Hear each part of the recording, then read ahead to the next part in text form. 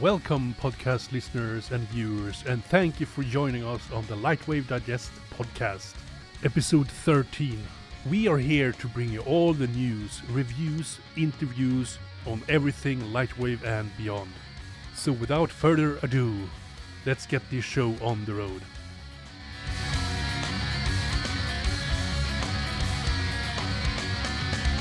Hello, Andrew. Another episode. Another month. Hello, how you doing? Yeah, I'm doing good. I've been actually on vacation this whole month, so I've been, playing a lot of games and followed on, what is going on with LightWave and, and all that stuff. And I have just finished the first Mass Effect again. The first Mass Effect. I'm playing the legendary edition that they re-release. So I've played the first game now, and it's such a good game. I really love that game. I loved the Mass Effect series. The third one is the prettiest. It's not quite as good as the first two in terms of the way it ends is a little bit weird, but it's not as good as the others. I think the second one was the best. But visually, it's still definitely the best as well, though. Yeah. I think the second one was probably my favourite as well, but there's certain parts of the third one that were visually stunning. Mm-hmm. Just wasn't like 100%, like nothing that you did really mattered apart from getting more points. Yeah. Do you want a red, green, or blue ending? They're all kind of suck. Yeah. But it is a fantastic series, though. What have you been up to? Me? Oh, well, in terms of me, let's think. Well, I'm off to London in a week's time, so that's coming up. I've been very busy. I have been playing a little bit with LightWave behind the scenes as well. Exciting times. But I can't say about what I'm doing there. Nothing that exciting, to be honest. I was doing tests. Yeah. But I'm hopefully I'm going to try and meet up with some LightWavers when I'm down in London. We'll see. Yeah, let's see what happens there. See who turns up. That'd be nice. But generally speaking, I'm just looking forward to having a fun time away. Sort of break from work because that's been quite draining. Otherwise, not a lot to report really. Just getting on. Okay, let's move on to the news then. Yes. So, I think everybody should have had LightWave 2024 come out.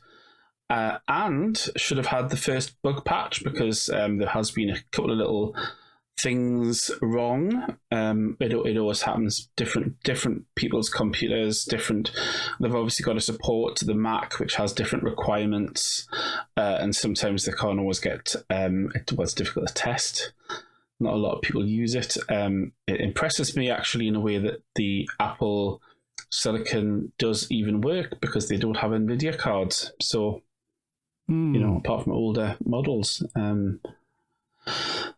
Yes, a bunch of cool stuff being out included now. We have, I think, big things obviously include Rigit. Yep. Octane updates, so they support more stuff that, it's getting dragged up to nearer, if not 100% the latest version, but I think Octane does always seem to be a bit of a bleeding edge issue. Like the more close you are to the bleeding edge, the more unstable and crashy it can be. Mm-hmm. But then you get these like amazing, super fast, super beautiful renders, but then it crashes. But there's been some incredibly impressive stuff coming out. Obviously from the team. Any things that you've noticed that have been quite impressive? Yeah, the unified surfacing tool, which essentially allows you to have, LightWave, Octane, and Unreal connected all together without you having to change any shaders or anything like that. Yes. That's super cool. And also that OpenVDB is now updated to OpenVDB 11. Oh, well, that'd be good then. Hopefully it's a bit faster and more stable. And this actually also supports, if you are using Turbulence, for example, you can actually export Turbulence into VDBs. Oh, well, that's really good. And then, of course, they have worked on adding, streamlining the weight brush for LightWave as well. Yes, a lot of updates to that. I think more to come soon as well. Yeah. They have fixed a lot of issues with the renderer. Again, more to come soon. I think they're just kind of releasing that as it comes. They have fixed the motion blur stroke depth of field bug, where it could just absolutely crash out. Sometimes also affects clip maps. Yeah, exactly. Due to just the way it's sampling, can just hit infinity number and just your computer dies on one square for some reason. They've fixed that bug. I think that they're doing some more updates to make the rendering faster, because I think that's been predicated on this bug being fixed first. So hopefully we'll see some speed improvements on the renderer too. Yes. For native, because obviously people, Octane is always super popular, but people do use native. I do, certainly. Yeah. And also there was a live event on this Saturday. So I know. Unfortunately, I missed it, but then I knew a lot of the things already. Yeah. But unfortunately, I missed the live event. But yeah, did you watch it? Yes, I watched it, and there wasn't a lot of new stuff. But I did ask about the rendering improvements, because here's one of the things that the words that is used can sometimes conflict or make like wait cognitive dissonance, right? Because I know that Andrew Bishop had written in the basic jamming channel on Discord that in the next version, or in the next release of LightWave, we're going to have speed improvements for the render engine. And a lot of people, including myself, were thinking, wait a minute, next release for me, that is 2025. Yes, no. Exactly, yeah. So then I asked... it should be in a patch. Yeah. They've released a patch, but that's more of a bug fixing patch rather than a feature release patch. But yeah, there's still going to be a bunch of improvements left for 2024. It's not like a fire and done thing. It's no, exactly. There's going to be a lot of improvements still coming. I think it's because it's crazy, but they keep on adding new stuff. Adding all of these third-party plugins, it's going to be an absolute headache for them to manage, but it's given them this breadth of tools that are available for effectively, you just get them with your license. It's huge. The Rig It plugin, I can't do rigging, but I have been led to believe that it's fantastic. Absolutely. I might even try it because it helps to make it faster to retarget basic meshes and build a proper rig around them for people.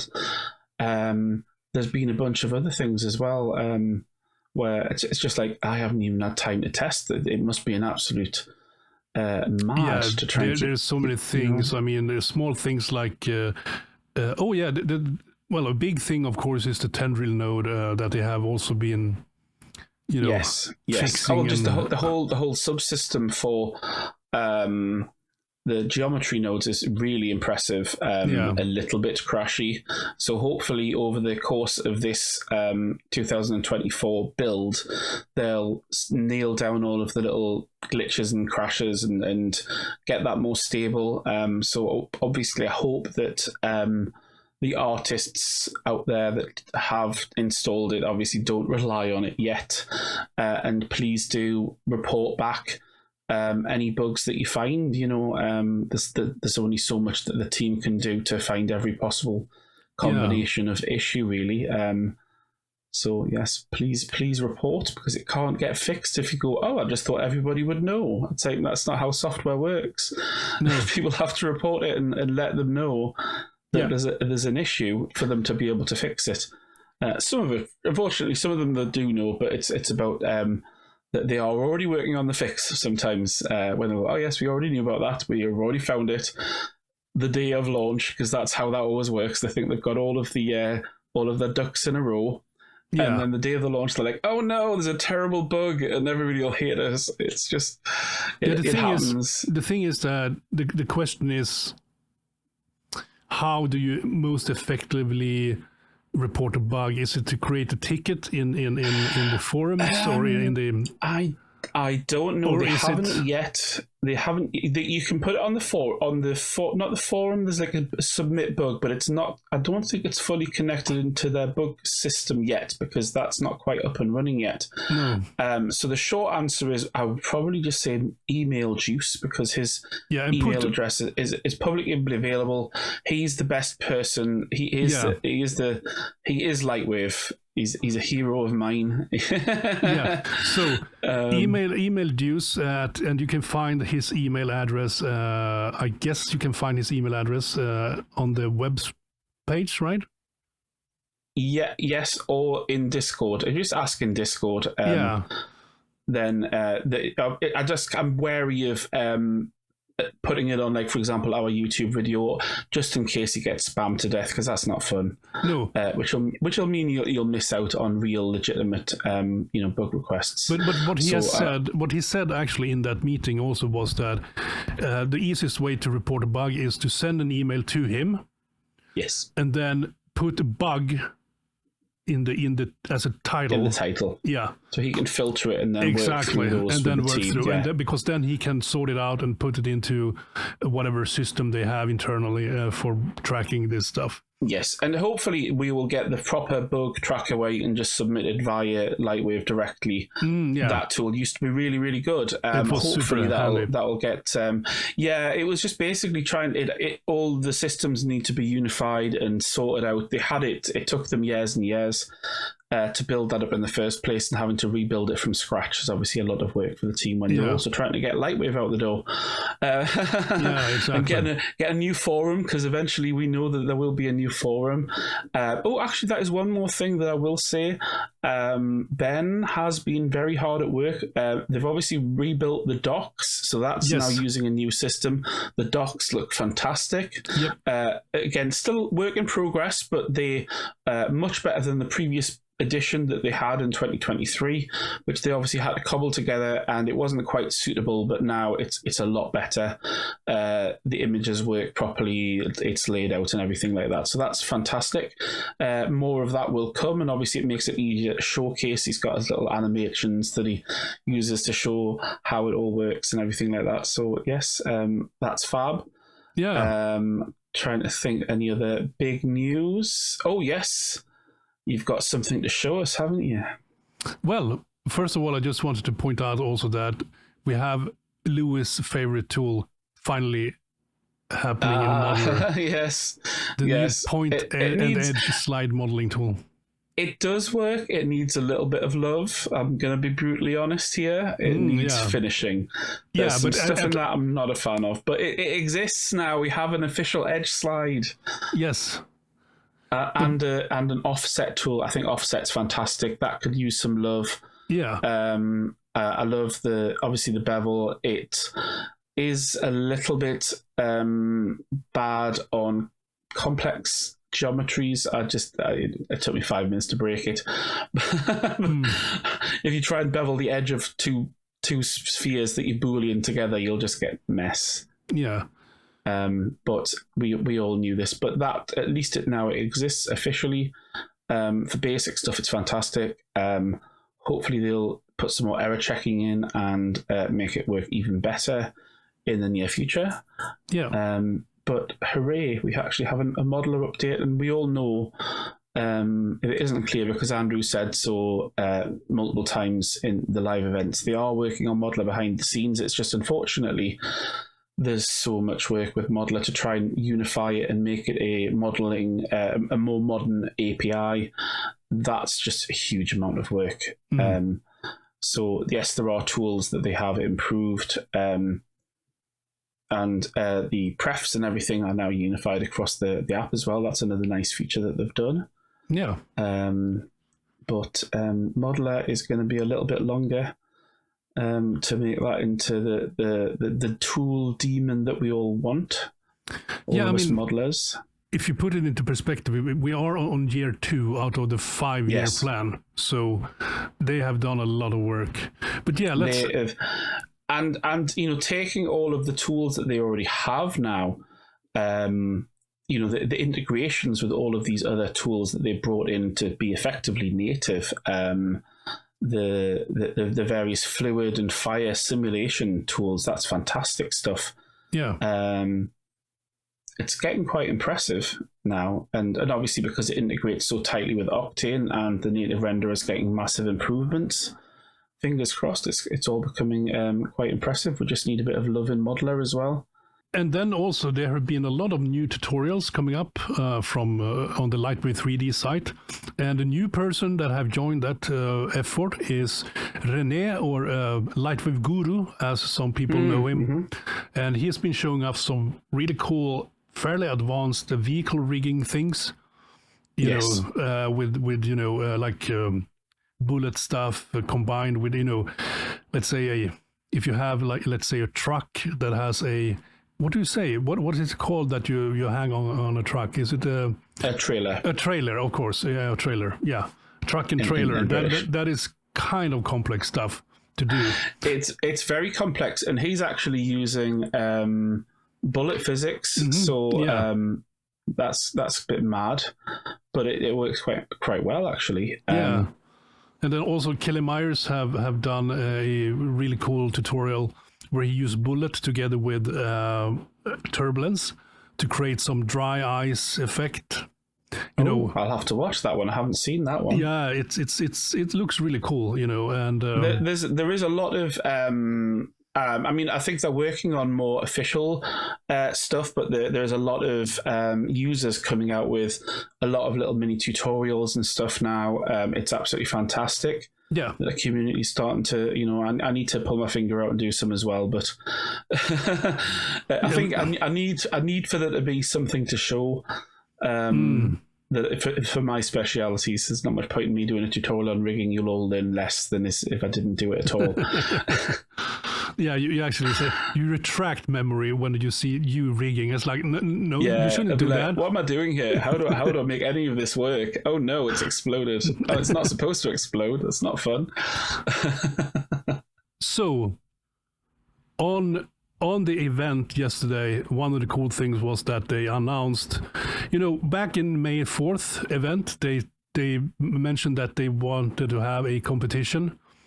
Yes, and then they expanded it a bit. Yes. Because obviously I didn't see the thing, so I haven't seen the winners yet. How exciting! But let's start with the third place. So this is kind of a short one. Well, it's not exactly easy to make animations. No. But I think that's really quite impressive, actually. It's a good bit of they've got a load of physics in there, quite pretty PBR rendering from what I can see. Yeah, I wonder if this one is using Octane or native LightWave. Hard to say. I mean, hard to say. Yeah, I mean, LightWave can look as good as Octane or even better. So some people say that LightWave. They swear by LightWave's native renderer sometimes, but I mean, I'm a big fan, but I'm not 100% sure. No, it's quite dark and moody, and a lot of it might be post. Yeah, and sometimes people just go, oh, I'll just do regular lights.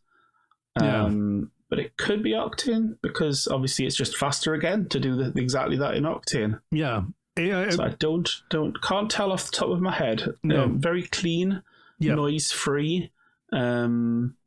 Beautifully rendered.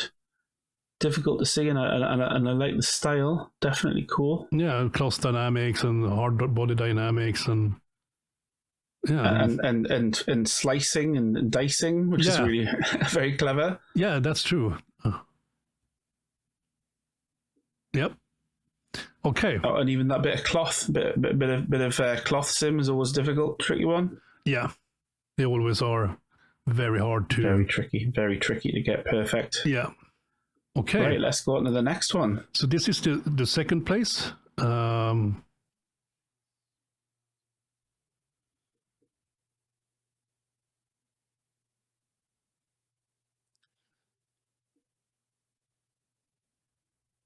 peaceful dawn near Mos Eisley.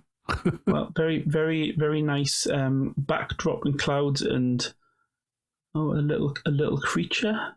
Yeah, weird little thing. Not sure if that's meant to be a droid or an animal or what. Yeah, with the eyes. But yeah, Jawas. Mechanical eyes, but like furry body. It's a bit weird. Yeah, but Jawas, they also have a bit of LightWave theming in it. Oh, and lit. Yeah. Oh, that's very pretty. Yeah, but I think that if you look at the characters, the creatures' eyes, they seem similar to Jawas. Jawas also have a like. But this is, of course, this must be after the return of the Jedi or something like that, because of the destroyed Imperial stuff. Oh, let's see what it's been rendered in. Yeah. Here's also LightWave logo here. I don't know if you saw that, but... yeah, well, obviously there's another one in the background as well. And the little glowy ones. Very, very atmospheric, actually. I think it's very pretty. But again, I don't know how this was rendered. Yes, impossible to tell initially, although there was a bit of noise, so I'm going to guess it might have been native, but the lovely glowy sun flares look very reminiscent of the way that Octane does it. Yeah, I think it looks like film grain or something like that. Yeah, it's not like noise. Here you can see, you could see the DOF noise here. But that might just be a bit of like yeah. Here you can see the DOF noise. Yes, but then that glare in the sun, that looks like type of thing that Octane does. So it might just be they need to ramp up their samples a bit. Yeah, maybe.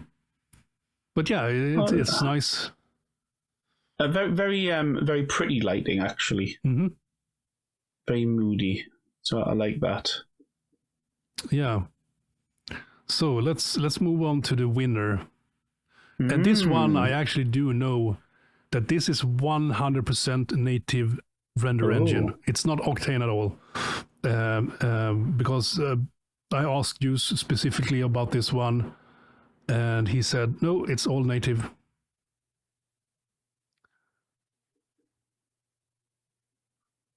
Oh, wow, that's rather good. I mean, I'm guessing there's a lot of post on it, but I love the fabric and the fur. Yeah. That looks fantastic. Oh, and the little bit of boiling water. That's got to be really tricky to do.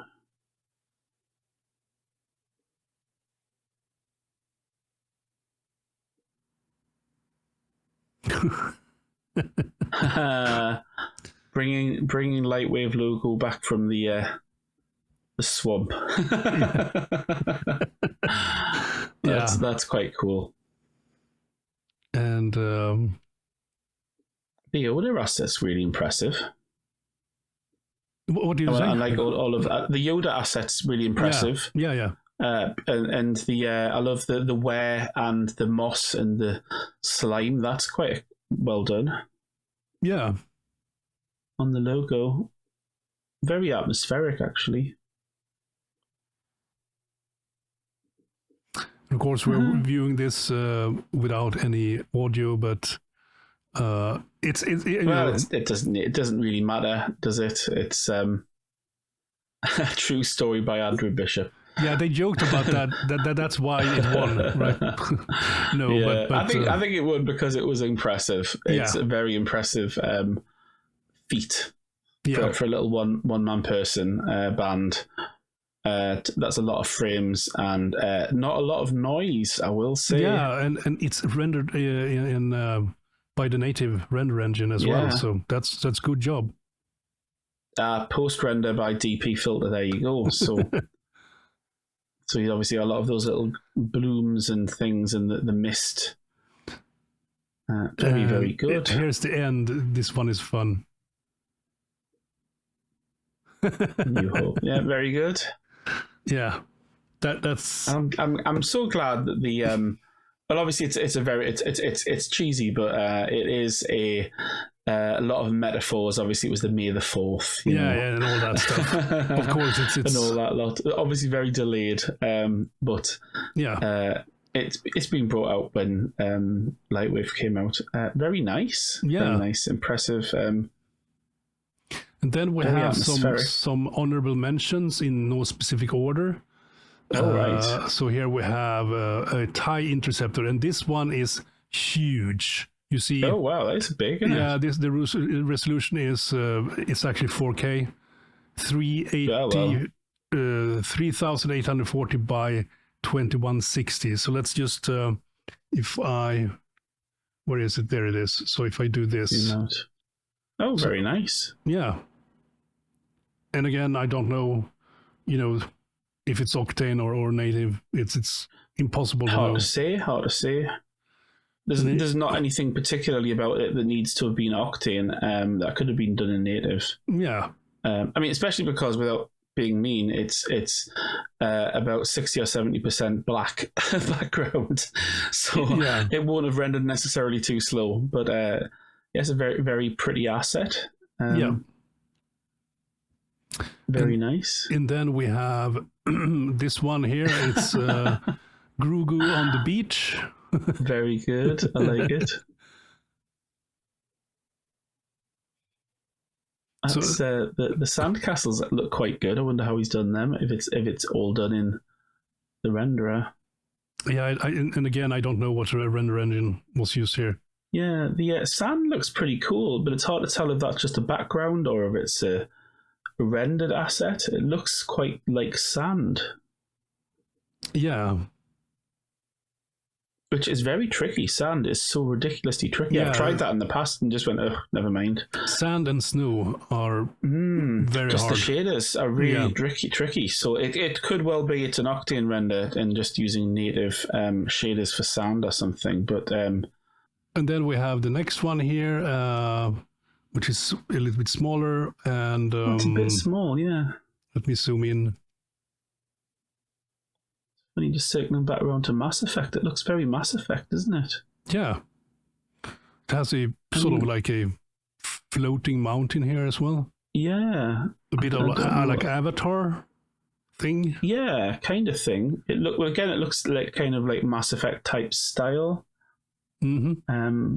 Very pretty. Just a bit small, but the textures look really good. Yeah.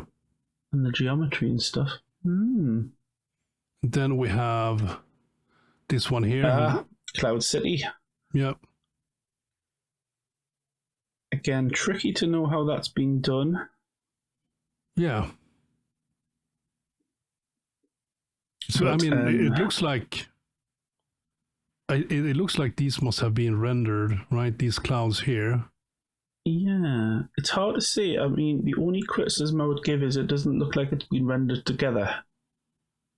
Ah, yeah, true. The clouds look a different kind of volumetric to the lighting on the station and the ships. Given the amount of back scatter lights, they haven't got a lot of backlight on the little cloud car things, but very atmospheric. I do like it. Yeah, and this is done by Arfini, so I know that he is a really good modeling artist. Well, that'd be why the models are really good. Yeah. But yeah, it's the clouds look very expressive. The lighting looks a little bit odd, like they don't quite match together. But beautifully done. Yeah. Very nice. And that was it. Well, small and growing. It's good to see people are using it and can use it and have done some very impressive things with it. Yeah, exactly. And with that said, tonight's guest is no other than Michael Wolf from db&w. Yes, this is a fantastic interview, this. Yeah, I hope you guys will enjoy that. It's quite a long one. It is, so better shut up. Yeah, enough There's waffling. Some amazing new tools of his own that he's showing tonight. Obviously, I saw this a little while ago, so I already know. Really cool. I hope you enjoy it, and good luck with his new product. I believe he's currently, at the moment, as of recording, he's over in America, isn't he, with SIGGRAPH? Yes. Yes, him and Dagmar enjoying themselves over watching all the cool new presentations and technology and all of that type of thing at SIGGRAPH. Yeah. So I'll have to ask him how that went when he gets back. Yes. But yeah, enjoy the interview. Enjoy the talk. Hello everyone, and welcome to tonight's guest. He's been coding plugins for LightWave since the Amiga days, and today he is actually going to showcase something completely brand new. Welcome, Michael Wolf. Hey, thanks. Nice to be here. Yeah. So, welcome, Michael. Yes, so of course you have some new stuff that you want to talk about, but Sure, yeah. before we go into that, I want to talk about your history, going back in memory lanes now, and talk about your childhood. Like, what was the first computer, and how did you get into computing and graphics? Well, I was born in 71, so for me, getting into computers was something that happened in the early 80s. And initially, I did want a ZX81 for, I think, 99 German marks back then. And I did eventually get myself a Commodore 64. Initially, even without a tape drive, so every time you turned the machine off, everything that you had entered was gone, which was fun. Yeah. And I would spend days just copying source code from the manual, typing it in, running it, modifying it, and essentially learned coding that way as well, because you just had to. Oh, that was that basic, right? And it was basic, yeah. And then eventually, I got myself the peripherals, the cassette drive, floppy drive, a printer, stuff like that. Oh, nice. Did you game anything on that, or? Oh yeah, of course. Of course, yeah. Something like the original Elite, for example, was great fun. Oh, that one, and yeah. Very hard. Oh, absolutely, yeah. I think it was in Elite 2 when they introduced the auto computer or the flight computer thing, so you didn't have to deal with that too much. But yeah, oh, cool. It took me days to dock for the first time. I think I played it on the Amiga and I was just baffled. I'm like, what am I supposed to do? I'm just flinging around in space, nothing's happening. Yeah, and it was before you had like manuals or proper. You couldn't go on the internet to find out what you were supposed to do, and like guides, But you did have the printed manuals, so that was something. Yeah. Well, not if you used the cracked version, of course. Then you didn't have those. So that was another incentive to actually buy the original copy, because you actually had a printed manual. And well, I think I got mine off a cover disc, actually, which meant that it didn't come with a manual, and I was a bit like, okay, yeah, that sucks. That's a bit weird. Yeah. So how old were you then when this happened? That must have been 83. I was 13, 14, something like that. Oh, that's perfect age to get into. It is, yeah. Because you learn so much, figure out things. And Oh yeah. I mean, I don't understand now how I could figure out how to use Imagine. That's the software. It's just so bollocks. But anyways, so and that was Commodore 64. So what happened then? Did you do any graphics on that one? I actually did. I wrote my first graphics program on the Commodore 64. Oh, really? It had. I eventually purchased this extension cartridge that you plug into the back, and what it would do, it would extend the BASIC, what's called Simon's BASIC, with additional commands, and some of those commands were like graphical commands that allowed you to, for example, draw lines. 2D lines, just from one point to another point. And I used Simon's BASIC, plus I had just learned trigonometry in school. So I wrote a small application that allowed me to draw a wireframe cube and then use the cursor keys to rotate it on the screen. Oh, just a wireframe cube. But that's still pretty cool. And once I sussed that out, I draw a really simple Spaceship Enterprise on graph paper, from the side and from the front, and basically plotted down the points that were, the same, basically like manual modeling. And wrote down the coordinates of the graph, of the positions on the graph paper, and basically used that to write a list of lines that would eventually be the spaceship, and use the same code to display a rotating spaceship Enterprise. So that was cool. the first mesh that I modeled, and the first mesh except for the cube that I actually displayed. Wow. It was fun. Yeah, that's sort of 3D. That's it was 3D. Yeah. It didn't really have a proper perspective transformation like you would do for a decent like camera model. It was a bit simpler than that, but it worked. And it was 3D. Wow, that's impressive. And that was on the C64. And I think the interesting thing, if I look back, was I actually did that just knowing or having read the programming manual that came with the C64. I had read the manual for Simon's Basics, and I used the math that I learned in school. But I didn't actually have any other documentation that was like, okay, this is how you program in 3D. So it was basically just, sussing everything out by myself. No, that's impressive stuff. Which is something I wouldn't do anymore, Of course. Now, I mean, that's such a perfect age to go into these things, because.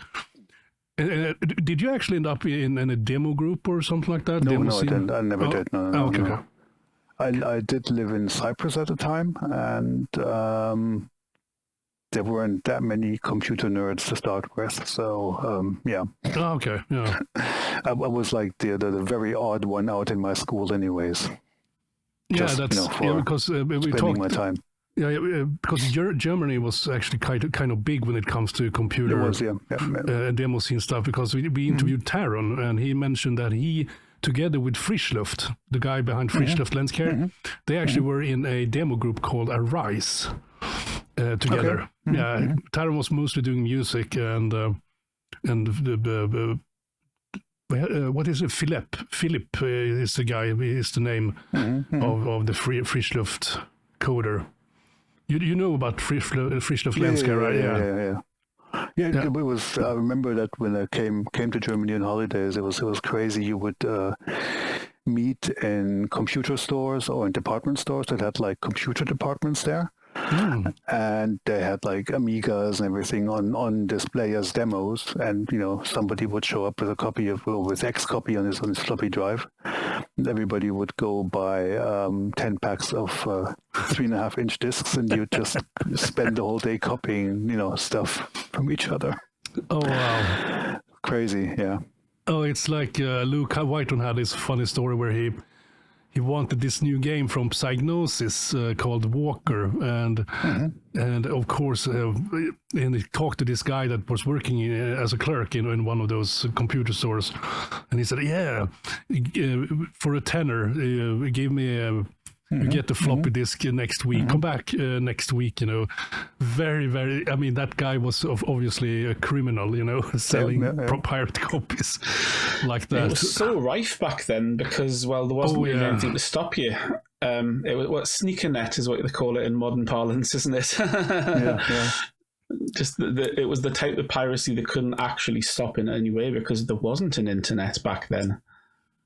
I mean, to be fair, they did try to have like copy protection schemes on the floppies and stuff like that, which were sometimes really hard to crack. Which is why you would use something like xCopy as opposed to like the built-in copying function of the operating system, because that was the only way to actually copy all of the fancy stuff. Oh yeah, what I was into a lot of these Dungeons and Dragons games, Pools of Radiance and stuff like that. Pool of Radiance and Death Knights of Kryn and all that stuff. So I bought those because it was. I mean, I needed a manual and stuff like that to learn how to use or play that game. Super cool games, very very RPG. But I actually used xCopy to copy the original discs once, and then I stored those, and then I had these copied discs which I used because a disk drive can fuck up a disk, and then if you do that on the original disk, you have to buy the game again, So that's what I used. I mean, I did get hold of cracks as well from here and there, but the games that I bought, I always backed up using xcopy. Actually, and I had a secondary disk drive as well, so it was fast, To be fair, on the Amiga, you also started to have a fairly big, like, freeware, shareware, open source scene. Oh yeah, that's true. Alfred Fred with discs, the fish discs. The fish, exactly. yeah. They were great. Okay. So back then, I used to get all the magazines, and you used to get a lot of like stuff that was free to use. Cover discs and cover CDs later on. Yeah, there's a lot of 90s. stuff I got from those. Some of the demos were quite so good that you all say, "Well, that's fine for me. I don't need to buy the game now. The demo was fun." Oh, true. But yeah, so now we sort of moved on to the Amiga, I guess, since we started talking about it. So the first Amiga, what was that for you? Was it the 500 or? Oh, of course, yeah. The interesting thing is, since I was on Cyprus at the time, they had massive taxes on computers. So I basically sold my C64 with I had like an amber display and my printer and stuff like that, and a disk drive. And then I flew back to Germany, and for the same money, I bought myself an A500 with a color display. So wow, it was a good deal. Wow, that was good. Yeah. And I kind of smuggled it back to Cyprus. Well, we won't tell anyone. The thing is that when you have like a 14, 15-year-old flying on his own, even if he has lots of luggage, and the island was small enough that they would at least know my mum because she worked in the tourist industry. They would just say hello and just wave you through. Yeah, of course. Sort of like what do you say, diplomatic immunity. Kind of. Yeah. Wow. So that's okay. So now you have this Amiga 500 with a proper color monitor. Was it the what was it called? The 18? No, what was it? Yeah. It was exactly the standard Amiga monitor. The Amiga, yeah. I used to have a Philips one, which was really good as well. Anyways, there was either the standard Amiga one or the Philips one. It was about the same. I think the Amiga one might have even been a rebadged Philips one or something like that. I think it was the exact same thing. Yeah. But I mean, the Amiga also. There was a friend of mine also had a multi-sync monitor. If you guys remember those ones, which was it was super useful if you had, let's say, an Amiga with a graphics card that had a scan doubler.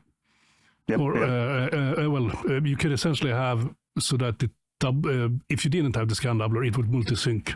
It would go down to 15 hertz. So that was essentially what you use. So you could use it with a graphics card and without a graphics card. Anyways, that's moving ahead a bit. But okay, your Amiga 500. What did you do with that one? Playing games and more coding, I guess? Lots of games, actually. I did start writing some assembler, oddly enough. Okay. Yeah. I even at one time wrote like a boot block intro, just for fun. Yeah. In like 512 bytes with like a scrolling text with a color gradient that was animated, stuff like that. So it's kind of, you touch a little bit on the demo scene then, if you Oh yeah, I was really like what they did. I just didn't have didn't know anybody there because obviously I wasn't even close to where it happened. Yeah, exactly. Yeah, true. Then I did eventually learn some C using an open source freeware C compiler, Dice, which was in one of the Fredfish disks. And I also did write some code in Modular 2, which is basically the successor to Pascal. Okay. And but I didn't actually code that much at the time because I got into an age where other things got more interesting, like girls. Oh, of course. Yeah. And living in a country where there's a beach and access to alcohol. Oh, okay, yeah. I see the sort of like, should I really sit in here being a geek, or can I go out and see some girls? You know. I mean, to be fair, we've got a beach and access to alcohol, but it's really cold, so yeah, that doesn't help. No. So we just drunk more. You drink. So yeah. To be able to bathe, I guess, because of the cold. In that case, in your case, Andrew. Yeah. I didn't go in the sea. It's the North Sea. It's connected directly to the Arctic. It's always cold. It doesn't. It's not like, oh, it looks beautiful outside. Let's go in the sea. Nope. Put your foot in, comes back out. It's always cold. So Amiga 500 more coding. You're getting into C++, and also what did you say? What was the other one? That was. Dice and then Modular 2. Oh, Modular 2, and that was... Yeah. That was, what did you say it came from? Basically like a Pascal. Pascal, okay. It eventually turned into, the next one was Oberon, which I never used, which was basically an object-oriented version of Modular 2. And the interesting thing about Oberon is that, I mean, all three languages were basically designed as teaching languages by one professor from Switzerland. So even though Pascal, was being used in production in many different platforms, the interesting thing about Oberon is that it also came with an operating system. And what I really, really liked about it is that you could rewrite and replace parts of the operating system while it was running without rebooting it. Oh. Yeah. Wow. That's really fancy. Yeah, that's actually kind of wow. Okay. Mm-hmm. So, especially for learning and for teaching, great system. Wow. So yeah, that's most of the stuff I did in Cyprus, and I moved back to Germany. Did want to study computer science. Yeah. Because I thought it kind of made sense. I did start university here and found out that computer science is actually mainly mathematics, because in Germany, computer science is an offshoot of mathematics. Yeah, so, well, everything started in one department and then branched off. So. Yeah, and the first 4 years of your studies are essentially the same as what mathematicians do. I mean, the first 4 semesters, sorry. Basically the same thing as what mathematicians do, a little bit less on the math side, and a little bit of coding, and it wasn't really that interesting, and I tend to get bored quickly, so I dropped out. Okay, wow. Yeah. that was my academical career, dropping out of computer science. Oh, God. Yeah, I've heard some very, very, very skilled drummers, in different music genres, and they hated going to drum class because what they had was they saw this nice and shiny drum kit, but they were not allowed to play on it. They had to play on these rubber pads and learning like left, right, left, right, and then and it was like the first year was just a lesson on notes, and a lot of people were like, I'm just going to learn this, without this stupid teacher, and some of them have been extremely successful, by dropping out. And of course you have been as well, right? So. Yeah, I mean, it's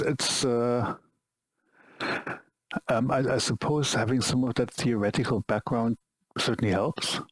Yeah. But the problem, I mean, then again, we are talking academia here. So if you go to university in Germany, it is an academic training. It's not job training. And I think what I would have preferred was job training. So I should have gone to a different type of higher school as well. That would have made more sense for what I actually expected. Okay. It's also in a sense that I don't come from a family with an academic background. My family couldn't really guide me either and tell me, if that's what you want to do, then maybe not go to university, but go to that kind of school and, do that kind of stuff.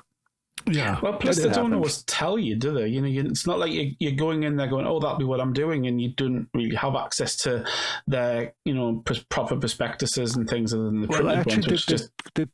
did go to some like study counseling before that. Yeah. And what they had actually started was a track where they combined medicine with computer science. That was like the big new thing. And it certainly would have made sense, but it wasn't what I was interested in, because I was interested in graphics. I mean, that's what I wanted to do. But granted, just from a pure, job perspective, that would have been like super interesting, because all of a sudden, you're writing software for MRTs. Or something like that, or for robot surgeries and stuff like that, and it would have given you like the medical background as well as the computer science background, and to combine both of those. Super interesting, but not what I was into at the time. It sounds like you would have needed something similar to what we have in Sweden, which is called, the school that I went to was called School of Future Entertainment, which essentially was, we had both coders and artists. The coders were usually games, but they learned how to do, coding for games, game engines, and all that stuff. While we artists were doing some visual effects projects and some game projects, and then we sort of, and we had like a super high rate of hire. I think it was like 85% of, it was 85% of all graduates actually got a job. And I was one of them, and I've been, and look at me now, 19 years later, I'm still at the same place. Yeah. Anyways, I dropped out, and back then we still had a draft in Germany, so I would have had to go to join the army. But given that I was a conscientious objector back then, I worked at a youth club for 1.5 years, which is also where I met plenty of drummers, because we had like rehearsal rooms for bands and stuff like that. Cool. And I've also met drummers that actually did a lot of practicing on their practice pads. Oh yeah, I mean, I'm not saying it's wrong. It's just that it's whatever. And the guy who did all the practicing back then, he now has a drumming school here. Oh, it did pay off, yeah. Yeah. You see. And so I did that, and afterwards did an internship doing business graphics before Photoshop, using some obscure software from Utah called Wasatch. And once I finished my internship, that was also when I went to my first SIGGRAPH, so that must have been 92. Oh, okay. Whoa. That was the Jurassic Park SIGGRAPH, which was great. Oh, yes, that's true. In Anaheim. And afterwards, I did want to go to the film school here, to the Film Academy. And I knew that they accepted like 40 students every year. And you have to apply with like a short film or movie or script or scribbles or stuff like that, or a storyboard, whatever, but something film related. So I created like a short 3-minute movie or something like that, sent that in, got accepted to the test, and you had like 2 hours to perform an assignment. I did that, and I think they invited 400 people to the test, accepted 40. Wow. I was number 42. Oh, God. So you were essentially, you ended up at the reserve list, sort of, if someone else would leave, right? Yeah, there would have been a chance if somebody would have dropped out before me, I would have come in, but it didn't work out. And since that didn't work out either, I eventually started a company with another guy I met at my internship and 2 of his colleagues from the like a graphic design school that he's gone to. And that's when we started our first company back in the days. Oh, and you were still using Amigas then, I guess?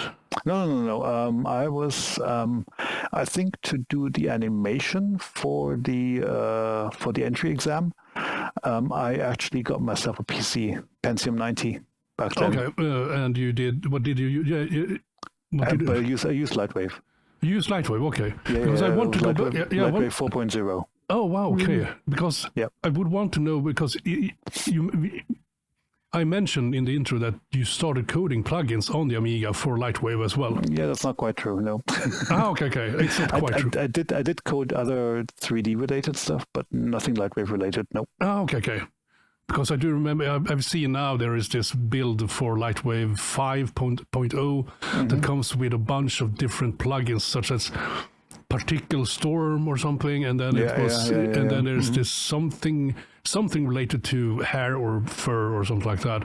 I think the first version of LightWave I developed for must have been LightWave 5.6. Yeah, so the proper PC. You have moved on to PC by then. Yeah. And that was to produce Ring of Fire.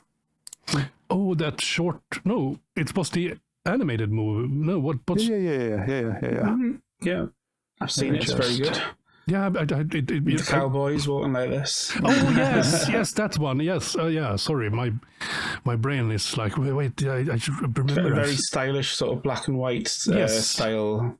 And that was actually turned into a tool, FrameD. Yeah. Eventually FrameD and some other stuff. Yeah. But I mean, the interesting thing is back then. That was a year or so after we had started our studio, and we were like the second tenant in what was they were going to found this new center for like film and media and stuff like that for young companies, and we were like the second tenant in there, and the first one was a production company right next door to us, and they wanted to produce that short film. But had problems because they didn't see a way to do it in a traditional way. Okay. So the thing is, everything that is in Ring of Fire is hand drawn. Yep. It's ink on cell, and if you want to actually animate this traditionally and film it traditionally, you would start with like a light table and add your cells on top of that, and then on the camera on the top, and then swap out the cells frame by frame. The problem is after about 20 cells or so, even though they're transparent, they just eat up so much light that you won't be able to have enough light on the lower layers. And if you look at scenes like these, which are super busy, you easily have 20 plus layers. That would have been a nightmare to actually do. So the initial idea was just to do like basically compositing of everything on a computer. And then we kind of did the math that the whole movie was going to be at least 2K resolution rendered. The cells would need to be scanned at a much higher resolution because we need to zoom in. Also, all compositing applications work in RGB, even though the movie is black and white. So all the black and white images would have been converted to RGB internally, basically making having them use 3 times as much memory. Oh shit! Yeah. And the most you could have like on a desktop machine that we could afford in memory was 0.5 gigabyte. Oh wow! Yeah, it's those times, right? Yeah. So you have a metric shit ton of massive images that would load up in a compositing application that you can't really composite because there's just too much. And we're also talking about 32-bit systems back then. I mean, 64-bit didn't come until 15 years later or something like that. Yeah. So that's where I basically said, okay, I mean, the way I could imagine doing it is basically just misusing LightWave as a compositing application. So everything that you see there, every cell is a hand-drawn drawing that has been scanned in at 600 dots per inch, either A4 or A3 cells that have all been manually using a magic wand, have had an alpha channel created to them, and they're all mapped to single polygons. And I wrote the predecessor to FrameD for that, where it would do things like you could map a loop of images to the polygons, but you wouldn't have to have a loop of images in the image sequence that you're importing, but you would basically just have the different images of that are part of the loop, like a walk cycle. You have a walk cycle of 6 images. Those are on the hard disk, and it would just keep referencing those 6 images one after the other, and you wouldn't have to copy them into a massive image sequence, load them into LightWave. It would just use the same 6 images over and over again.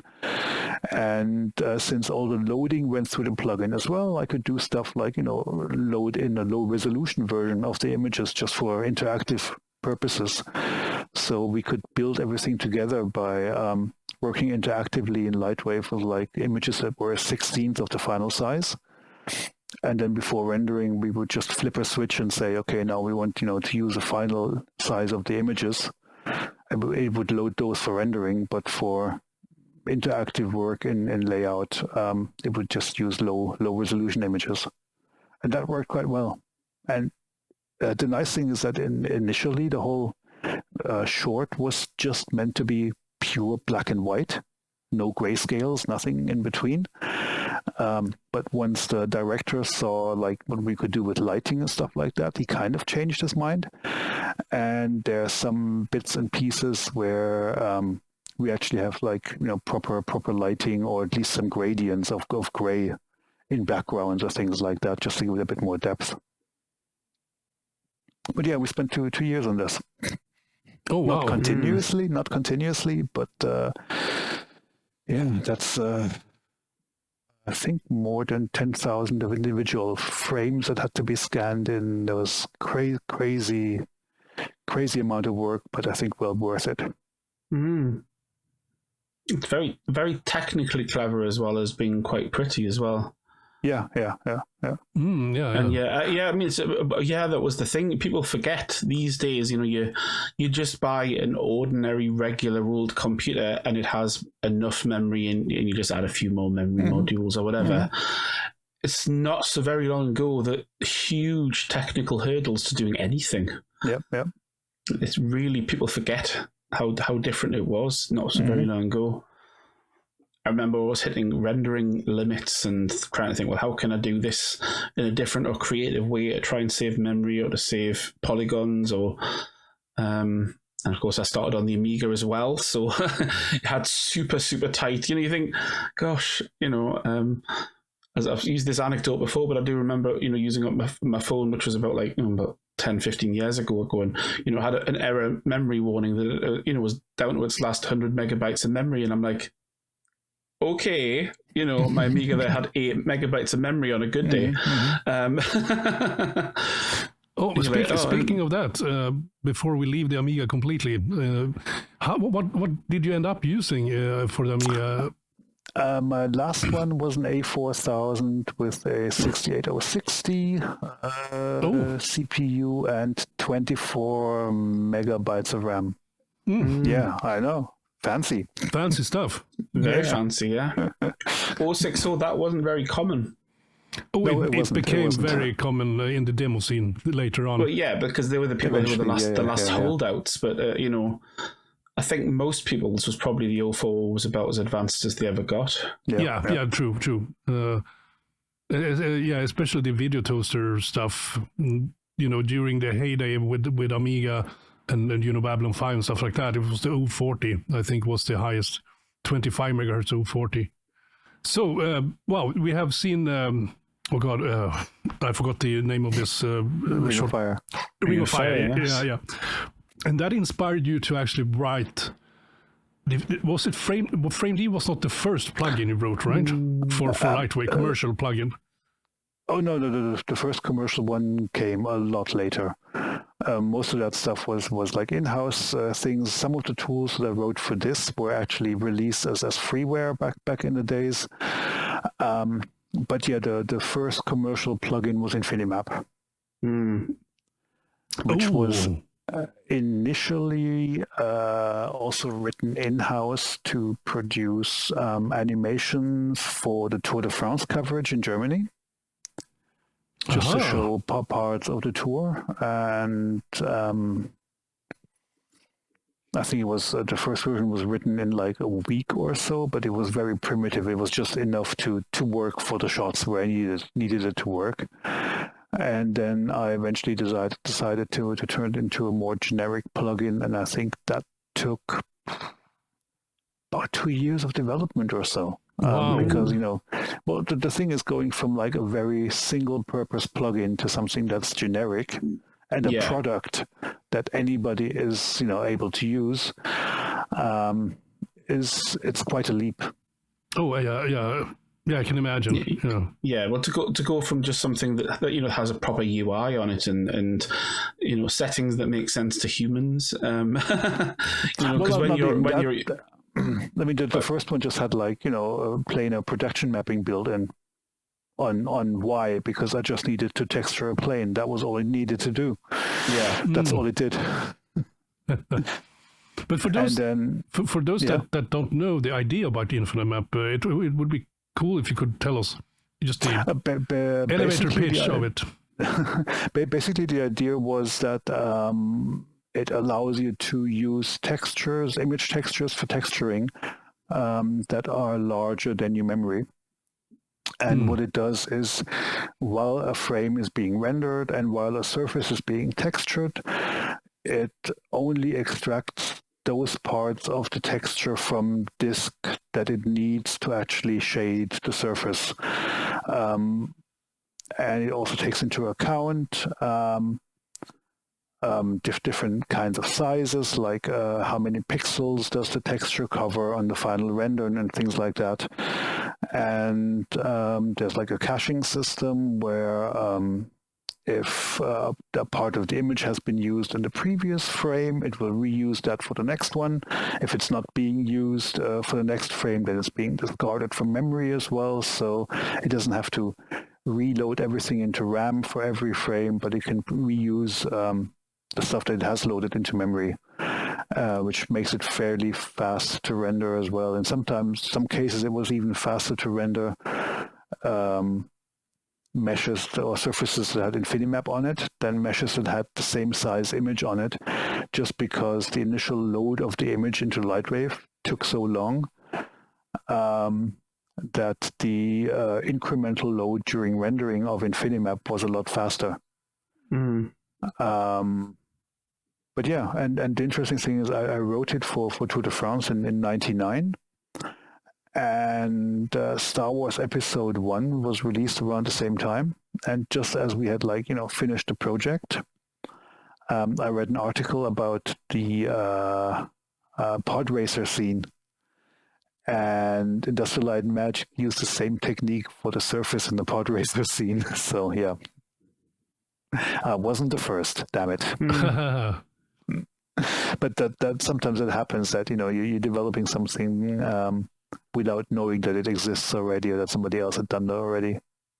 Yeah, convergent technologies, things happen at the same time, more or less. It is quite common, actually, isn't it? It's where people go, well, I invented it. No, I invented it first. And it's like kind of bit of both, really, because the tools which existed before that one are the reason why you went, oh, I'll have that idea. I can take something like that and something like that and push them together. It's how an awful lot of tools are invented. Yep. It is just by combining other things that already exist, and you've had the same idea that somebody else has had, basically. That was the first commercial plugin, infiniMap. infiniMap was the first commercial plugin, yeah. And our first customer was NASA. Oh, yeah, NASA. Yeah, of course. Because they used it to visualize Mars. What else? Yeah. Yeah, well, I mean, they'll have such huge high-resolution images, and yes, they'll want to go right in and zoom in on a bit, but then they'll want to pull right back out again. So yes, loading that all in memory would be horrendous. especially back then. Nowadays, I'll just buy 15 trillion terabytes of memory and pop it in a supercomputer, and that's fine. But back then, it didn't exist. I still think that this technology is useful because there are limitations. Back then, we were still on 32-bit, which was 4 gigs of RAM maximum. So, not including the operating system, which would also take an overhead as well. Yeah, exactly. So, that's and cool. Also loading and preparing a whole image also still takes time. When you load a scene for rendering, and the interesting thing is that if you convert an image to be used in infiniMap, you're basically doing a lot of the pre-processing at that point in time, which saves time when you eventually get to rendering, because you don't have to pre-process it. Like, it creates all the bitmaps and stores them with the image already, because that's a part of how the whole algorithm works. Whereas LightWave, when you load an image or another renderer, actually then creates all the bitmaps for the image as well, which can take time, especially for large images.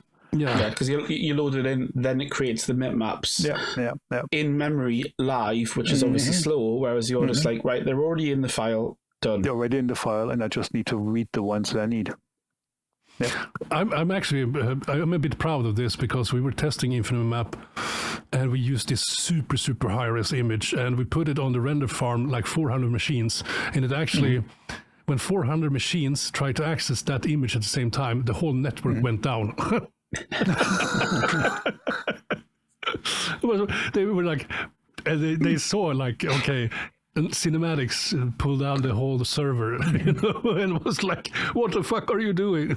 We're just testing something. Sorry. I also had to learn the hard way that writing multi-threaded code isn't simple. I kind of had an idea of how it should work or how it works, and my machine back then, I think, had either 2 or 4 cores, one of the early AMDs. And we had a customer in Santa Monica, and they had like a 16-core Xeon, maybe even a dual socket Xeon, on their render farm. That was like the biggest machine dual they had. They were very big back then, likely dual socket, yeah. And they wrote back to us and said, you know what, it's really, really slow to render on this machine. And then I said, well, can you try with less threads? And they did, and it was a lot faster. Oh, yeah. So I found out that the scaling just didn't work the way it was supposed to, because I was being a bit too aggressive in locking things, and it would basically, the whole code would basically lock itself and keep itself from progressing on other threads. And I had to rethink a big part of that.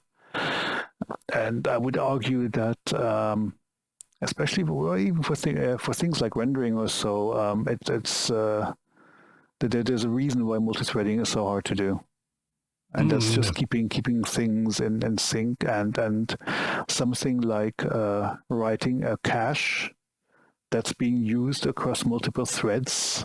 It's a pain to write. But aren't there tools, compilers now that actually take care of that stuff? Yeah, but not automatically, and you still. The thing is, if multiple threads use some data that could change at any time because another thread is changing it, it just gets super hard to do. Because all of a sudden you can have like all of them waiting for that one thread that is modifying something, even though it might not be modifying exactly what the others are waiting for, but it's close enough, and you're slowing down the whole system. And then it's no longer multi-threaded, it's basically just single-threaded, because there's one master thread doing all the work. Yeah, and the more CPU cores you have, the bigger that same problem. So it might even be better to have like a single cache per frame, which means that you per thread, which means that you're not saving the memory that you would with a cache, but you're not slowing things down, or a hybrid, or it's super tricky. Yeah, I can imagine. And I think it was the developer of Arnold who I saw at a talk, and he was asked which feature he would like to drop the most because it's too much of a hassle for the renderer to support. And Arnold has an option or allows you to basically load in geometry during a render, which is the same what infiniMap does, but with geometry. So you have like a bounding box of something, and all of a sudden the rays start hitting that bounding box, and the renderer says, okay, now I need to load the geometry that's in here from disk, which is automatically going to stop all the other threads that have rays going into that bounding box, because they're all waiting for that geometry to load and to be prepared. The problem is having that process in there where all the other threads can potentially wait for some geometry to load. That already slows down the system, even though they're not waiting. Just for them to have the ability to wait is already a slowdown. Of course, a massive pain. And a massive pain. I think they have the same problem for the GPU version, don't they?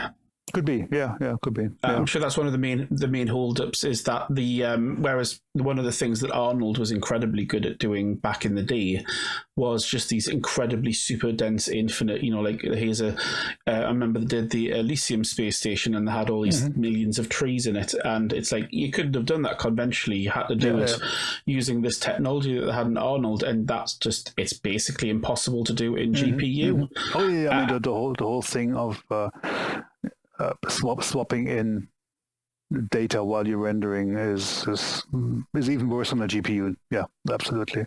Yeah. Well, I mean, they might have solved it, but the last time I checked out, it was still like, we don't support all the features on the GPU. So it's super, super, super fast, except not this. Yep. Okay, so that's infiniMap, and you. I think you were the first who's actually sold that actually had a commercial solution for it, though. Yes. Because I mean, in-house stuff, of course, at ILM, it's not commercial. So that's one first, I guess, first commercial solution. It's like, when we talk to Luke Skywalker, not Luke Skywalker, Luke Whitehorn. Sorry, Luke. I was talking with Luke Skywalker the other day, yes. And he talked about V-Room and how unique that was also. Yeah. And did he also tell you who came up with the name? No, he said that more than half of that plugin is yours. No, it's not. I just looked at his code, but I came up with the name. And I like the name. But still, I remember the 3D Studio Max community were really jealous about the LightWave community, especially the ArcVis, because they really wanted to have that. Anyways, so and nowadays you have that as an OSL shader. What? Come again? You have that as an OSL shader. Exactly. You can actually have it real time now, more or less. But when did you come up with the C++ wrapper? I think that was while we were working on infiniMap, because I did think that C++ is like the future, and one reason why the whole development of infiniMap as a commercial plugin took so long was because I was rewriting it. And I was rewriting it in C++. I was learning C++ at the same time. And then I found, just to make things easier on the LightWave side of things, I should wrap the SDK because I'm lazy. Okay. And that's what I eventually did. And the interesting thing is that if you look at Modo, which has a C++ based SDK, they're kind of doing the same thing, because internally what they expose is C as well, and they also have like a C++ wrapper on top of it, except it's official. And it's interesting to compare those two, just to see which way they went, which way I went. Oh, nice. I didn't know that at all. Cool. You inspired them. They stole your idea. I don't think. No. I think they started before that. I think the main difference is that they are. I really like C++, and I know many of the developers on their side back then really hated it. But still thought that it was the way that they had to go. And well, I suppose each language has its benefits and its trade-offs, I guess. And C++ nowadays is kind of three languages or three different ways to write code. lots of power, lots of different styles on how you can use it, lots to learn. On the other hand, it just makes many things easier. One thing I find interesting is that Houdini back then was developed on C++, while C++ wasn't even final then. That was before the first version of C++ was actually released. It was still like C with classes back then. And they already started using it back then. And I would argue that lots of the design decisions that they made in the application kind of stem from the language that they use. So in a way, the kind of thinking you have to apply to optimally use a language can affect how you design your software, if that makes sense. Oh, yeah, it does, yeah. Because if you do it properly, then C++ makes you think in a certain way, and applying the same thinking process to the design of your software changes the way the software works, basically. Yeah, interesting. Yeah, I never thought about that, to be honest. But then again, I'm not a coder, so. But I think I understand what you're meaning. I think you can even translate that to art, though. Like I would argue that given that creating a piece with charcoal is different than using oils or aquarels. Yeah, of course. That will also, since it changes the way that you approach your painting, it's also going to affect your painting. Oh, it's the same thing. Yeah. And the 3D tool that you use, there are different ways. There are ways of working in LightWave versus 3D Studio Max versus Modal versus, every app has its strengths and weaknesses, and you would go, right, I'll approach it this way because this app is good at doing this. And it's terrible at doing that, so why would I even try and do it that way? Yep. So I think the tool definitely does make a huge difference. So after the you made infiniMap and used the first commercial plugin. What was the next one that you? I think it was the exrTrader. Oh, exrTrader! Oh, wow! The exrTrader must have been the next one. Yeah, and that was, I think, it's still our most sold plugin. Yeah, it should be. Because that one is, especially now with the CryptoMat stuff, because we interviewed the guys from Nymus 3D, Louis. Louis and Luke. And they're using it all the time. Yeah, because I mean, without CryptoMat, they wouldn't be able to use LightWave. It's as simple as that. I mean, the interesting thing with exrTrader is that back when OpenEXR was released by ILM. I think 2 days after they released it, Ion, back then, the guys that developed Fusion, released a version of Fusion that had full OpenEXR support. 2 days? Like 2 days later. They were like super, super quick. Wow. And it was quite clear, I think, from the start that it would be like the standard image format for VFX.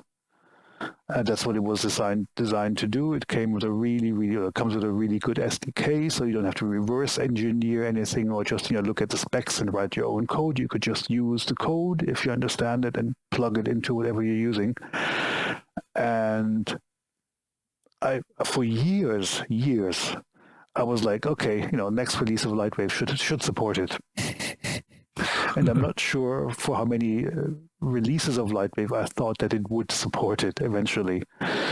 And I think all we had initially was a third-party plugin that just loaded RGBA and saved RGBA. And even back when LightWave finally got around to it, it was just a simple image loader and saver. So years later, I was like, okay, screw that. I'm going to look at the SDK now. And my partner, Dagmar, asked me, what are you going to waste your time on EXR? And I was like, yeah, but it could be really useful for infiniMap. So initially, and I'm going to write something that's like standalone just to check out the OpenEXR SDK. And once I understand that, then I can use it as an image format in infiniMap. And I spent like a week on that and already had like the first version of exrTrader. And I was like, okay, let's turn this into a separate product and still add EXR support to exrTrader later, to infiniMap later on. Oh wow! But yeah, it was quite obvious that the exrTrader, that there's so much you can do that nobody else was doing in LightWave at the time. I think there was one EXR export for Macs that was really, really good at the time, that was layered as well. But other than that, there was very, very little out there. And I remember that once we released it, the guy who basically invented OpenEXR, I think we met him at the SIGGRAPH or something. And once he noticed who we were, he was like, oh yeah, your implementation of OpenEXR is the best one I've seen, which was really nice. Nice. Because basically we tried to support everything that OpenEXR supports. Yeah. Not just a subset of it, but try to make as much good use of it as possible. Yeah. And it's continuing to be developed. I mean, the last development for it, except for just to keep it working for the next version of LightWave, for example, that was cryptomat, right? That was cryptomat, yeah. And when was that? Was it 2018? Good question. I would have to check. It could be 2018. Yeah. That's close. Yeah. But I like things like you have this option to fit the data window automatically, which is really nice because I know that After Effects doesn't do it, but Fusion does it. In an OpenEXR file, you can specify like a rectangle of where there's actually pixels that are being stored in the image. So if if you have like if you're rendering a layer of an object that's moving across the screen, you can basically say, I just need the pixels or the rectangle of pixels around that object to be saved in the EXR and nothing around it. Just leave it blank, even though it's a bigger image.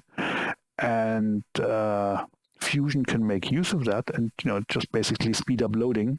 Yep. And it will also speed up the processing of the image after that, because it already knows that only a certain amount of the pixels in the image need to be processed. So if you blur it, it will only blur what's within that rectangle and not the whole image. And one thing that exrTrader does is automatically calculate that rectangle for an image and just save that, which is just useful. That is super nice. That is really good actually, because I think we use right now we don't use LightWave in production, but we used a lot of exrTrader back when we were using LightWave heavily with Janus and all that stuff. And I mean, just the fact that Janus could actually control what presets we were using in exrTrader, it was so good. It was so nice to be able to do all of that stuff and have all these presets saved. Like, okay, this is going to be data pass. This is going to be, and then it uses a specific set of perfect stuff. It was a perfect storm, more or less. Of different stuff. Okay, but exrTrader, the most sold plugin. But then you have made so many tools now.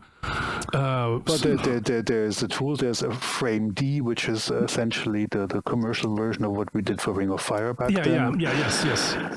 There is nodeMeister, which is like a compound node on steroids, really. And shaderMeister before it, shaderMeister before it, which unfortunately doesn't work anymore with the new rendering pipeline in LightWave. It is, yeah. Have you asked? I mean, I know it's a hot button issue. I was in touch with Antti to get some SDK changes done, but then, LightWave 2021 didn't happen. So. Of course, that sucks. Yeah, we were in limbo there for a long time. Have you subsequently got back in touch with the new team, maybe? Or not really. No, I mean we're kind of in touch, but I don't have any deeper insights onto anything. So yeah. Yeah, because they talked about that they are actually doing a huge overhaul of the render engine now for 2024, fixing adaptive sampling, for example, and that hopefully should speed things up 10-20%, hopefully, when you actually do render. Because right now, the only way to render is using brute force. camera samples. I also really, really hope that they re-implement one of my favorite features about shaderMeister, which isn't in nodeMeister because you can't, which was the cache node. Yeah. Oh, what is that? Well, that was separate. That was in the tools back then. Yeah. Mm-hmm. So basically what it is, so say you'd taken something like an occlusion. Mm-hmm. So you'd done an occlusion shader, and then what you would do, you go, right, I'm going to cache that, and then say make a gradient, and then make a different gradient, and every time currently what happens is that, you know, when the ray traverses backward, you know, the calculation traverses backwards through the shader, it would then go, all right, what I'll do is I'll calculate this occlusion, then I'll put it through a gradient, then I'll do this, then I'll do this, then I'll do this. And so what you were doing is every time you reused a shader, it was recalculating it for each use of it, whereas by caching it, you were only generating it once and then reusing the same data. Oh, so that sped things up a lot, I guess. It's super efficient in terms of the way that things are calculated. Oh wait, you made a Schlick's approximation as well for of course. Oh yeah, I used the hell out of that, but I think the cache one was one of my favorite pieces of code. I've got a really, really simple example here of how the cache node works, because I still have the documentation. Yeah. And basically, in this case, we have like a shader graph where you have a surface. That's an old one, though. That's pre-2018. Yeah, 2015. And we have like diffuse, specular, reflection shading, each one with an RGB input. And they're all connected to like a material blender node, which takes the material and splits it up into the components. And now the thing is, the way LightWave evaluates a node graph like this, let's say it starts at the diffuse shading down here, then it goes to the material blender, that in turn evaluates the material input, which goes to the cache node, and that in this case evaluates the conductor node. Now, if it needs to evaluate the specular shading, it does the same thing again. It goes back, evaluates the blender, the cache, the conductor. If it needs reflection shading, it also does the same thing, goes back. It does the material, cache, conductor. And in this case, because this is the old material system, the conductor itself actually ray traces. So every time one of these four inputs is being evaluated, the conductor node is being completely evaluated, including all the ray traces every single time. So it's 4 times the rendering time of that conductor node, which can be expensive to do. And the idea was that if you use a cache node and basically hook it up in here, then the diffuse shading, the first evaluation would still do the same thing, go to the conductor, but the cache node would basically cache the material output. And next time the specular, reflection, or refraction shading are being evaluated, it would just return the cached values here and not evaluate the conductor again. Okay, so it essentially only evaluates each of these, let's say, diffuse, specular, reflection, and refraction once.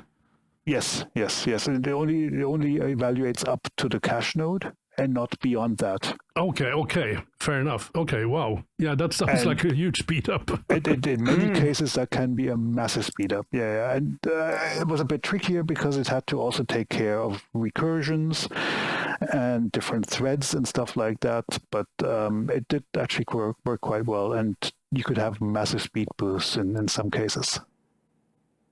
Wow, and this tool doesn't work anymore in No, it doesn't, because some of the stuff that I was using back then doesn't work. Okay. I might actually, since we do have a Patreon running again this month, because I forgot to pause it again. I'll have to see if I get this. Yes. Yeah, I was going to go, Michael, did you forget to pause it again this month? Yes, I did. So I'll have to actually see if I can get this to work again. And there's actually a sample scene I have in there back then, which was eventually 5 times faster with the cache node. And that was just adding one cache node to a single surface. Jesus. Oh, yeah. Add that, if you have a huge production scene, and lots of them are using reflection example. Wow. It was a very special case, but still.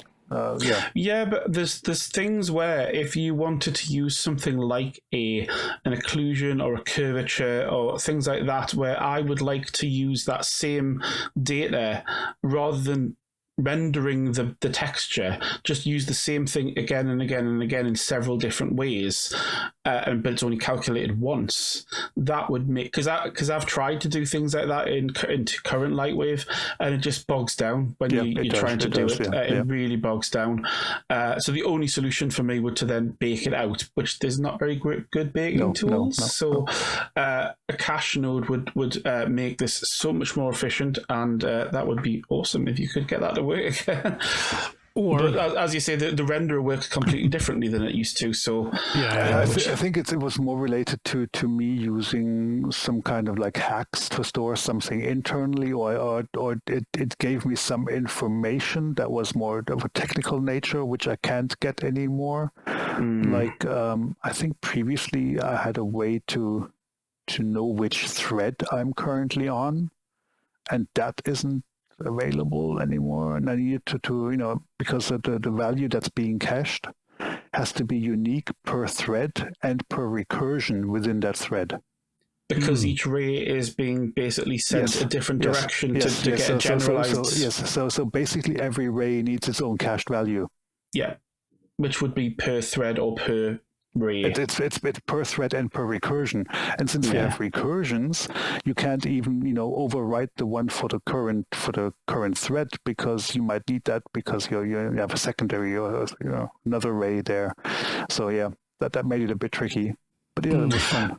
That said, a simpler approach would be if you could do something like for 2D shaders, so things like occlusion, curvatures, things like that, where it's not doing a full recursion. Sure. That might be more possible than doing actual shaders, where, as you say, we've got to take into consideration all the bounces. I suspect that would probably create a huge speed up. The interesting thing is that the node, the way it stores its cached values, is very similar to what are they called? The refraction shading that some renderers have with like priorities. Okay. I forgot what it's called.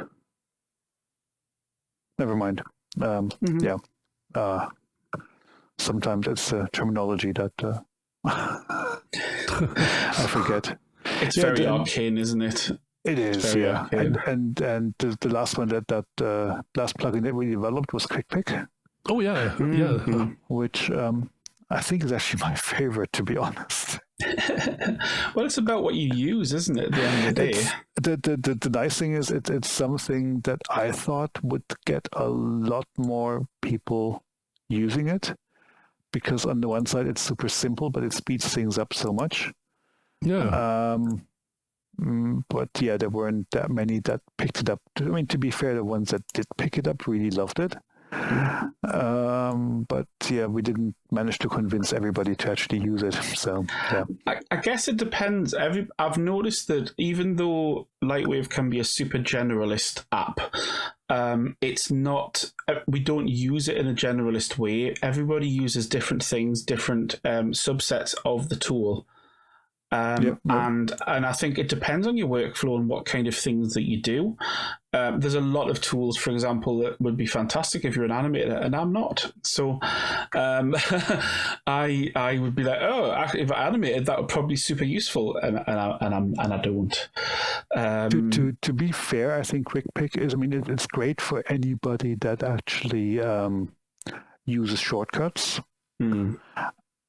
And I suspect there's plenty of people that still don't. Possibly.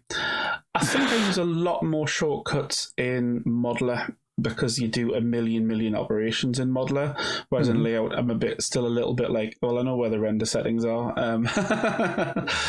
and nodes, but not always all of the little animation things and tricks, which is where this probably would absolutely shine.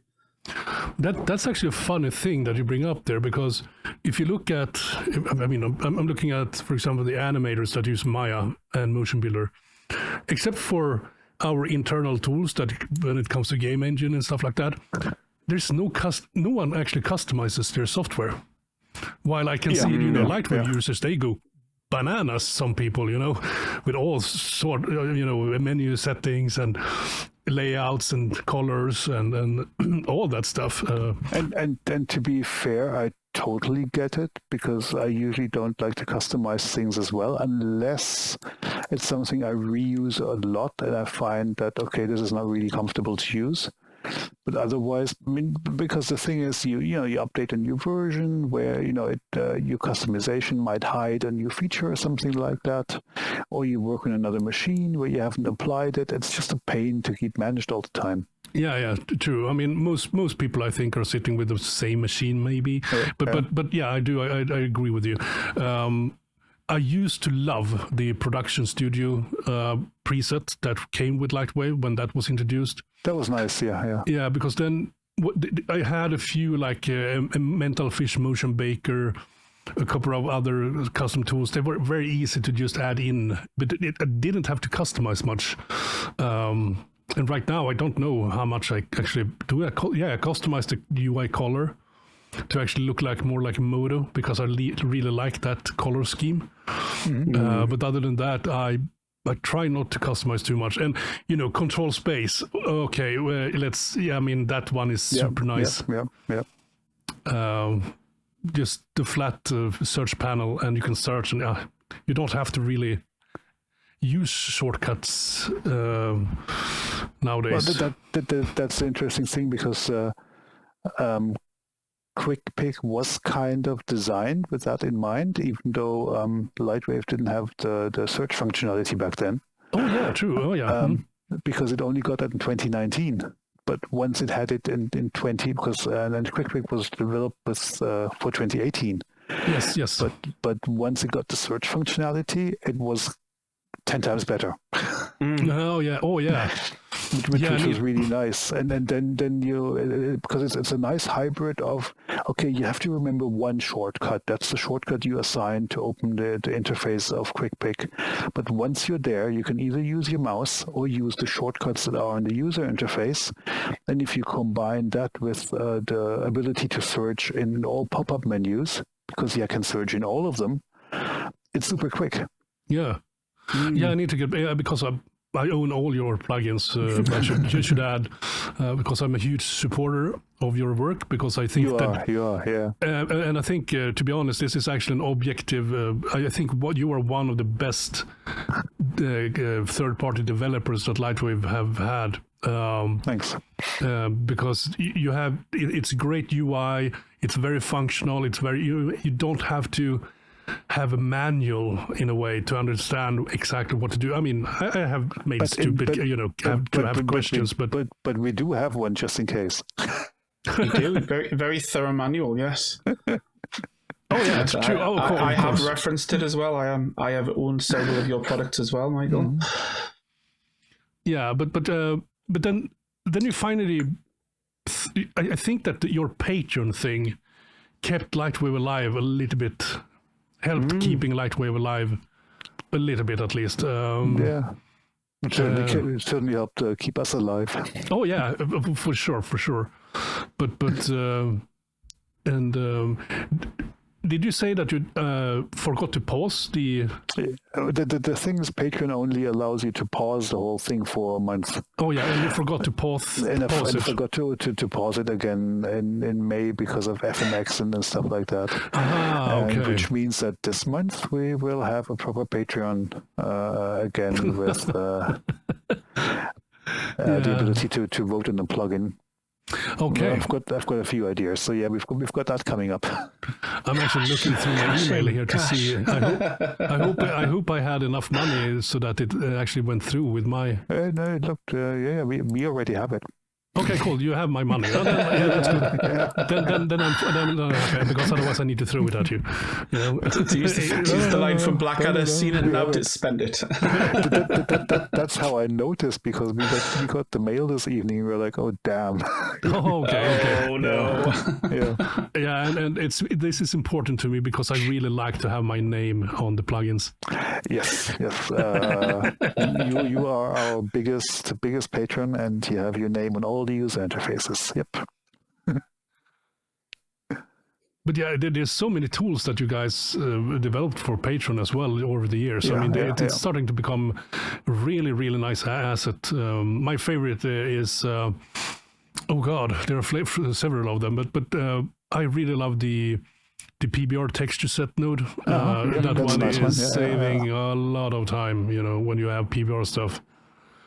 I still think my favorite one is the audio frequency node. I love that one as well. Yeah, if you want to do music just not video, one I would use, but it was beautifully written. And that's the thing. Sometimes it's like it's not a question of whether or not you would use it; it's whether you go, "That's a really cool tool." It was really beautifully done. It's just not something I have ever played with.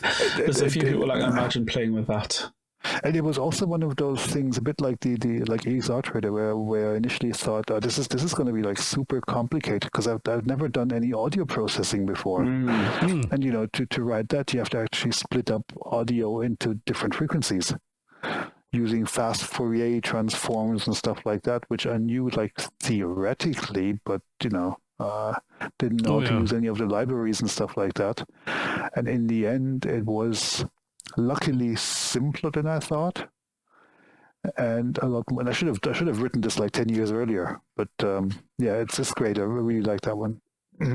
Sometimes you're not in the right place to come up with an idea and go, actually, that's really simple. Well, the funny thing is, I had the idea for the plugin ages ago. I never trusted myself to be able to do it, to write it. Yeah, and one of the things that I really loved with the Patreon as well was the live streams, especially when you were sort of talking about the code. And then this is also something that we talked with Taron about, because Taron is also a programmer. And we talked about the art of having a clean code. And then I mentioned you because, I've seen your code and it's super, super structured. Really like very, very disciplined stuff. And you were, I remember you actually implemented a feature on the live stream. I did, Which tool was that? Was it... oh, God, I can't remember. I just remember Dagmar in the next room getting a nervous breakdown. But yeah, that was fun to see that. I really liked the scratches one. That was a really nice tool. Yes. And again, it just occurred to me there that it would be a lot more efficient if we had a caching system so that it wasn't being generated every single time. Oh, of course. See, that's the thing. So if you plug that into multiple attributes, technically, it's having to recalculate. It's being evaluated again all the time. Reevaluated for every shader input. And this is again, even though it's a very simple thing, it's just like each time it's being checked, it's being evaluated. So even not necessarily the full material caching, but just the shader caching. To be fair, I'm just going to zoom in here, see if we can. Here you've got like the roughness, the anisotropic, and the rotation outputs. Yes. And yes, for every single one of these, the scratch node will have to be reevaluated. The problem is, and this is a limit of the nodal system itself, is even if there was a cache node, it wouldn't help in this case. No, it wouldn't. Yeah. I think the only way it could work if it was like a super cache node, where one cache node would actually pass through all three of these values: roughness, anisotropic, and rotation. No, it wouldn't work either. Damn. Actually, it would have to. It would have to be something that happens within the node itself. That's something the cache node couldn't fix. Yeah. Because that's just how the nodal SDK that's how the nodal SDK works. For every one of these inputs, the node is just being evaluated once by LightWave. That's just how it works. To be honest, I think a lot of the reason why it was slow, it was probably more to do with 2018's anti-aliasing issues, which hopefully, fingers crossed, 2024 might fix, making that more fun to use. Having said that, like a nodal rewrite would be interesting. where maybe there was a way to ask the node for the values of multiple outputs at the same time. Because then it just needs to evaluate once and then provide the different outputs.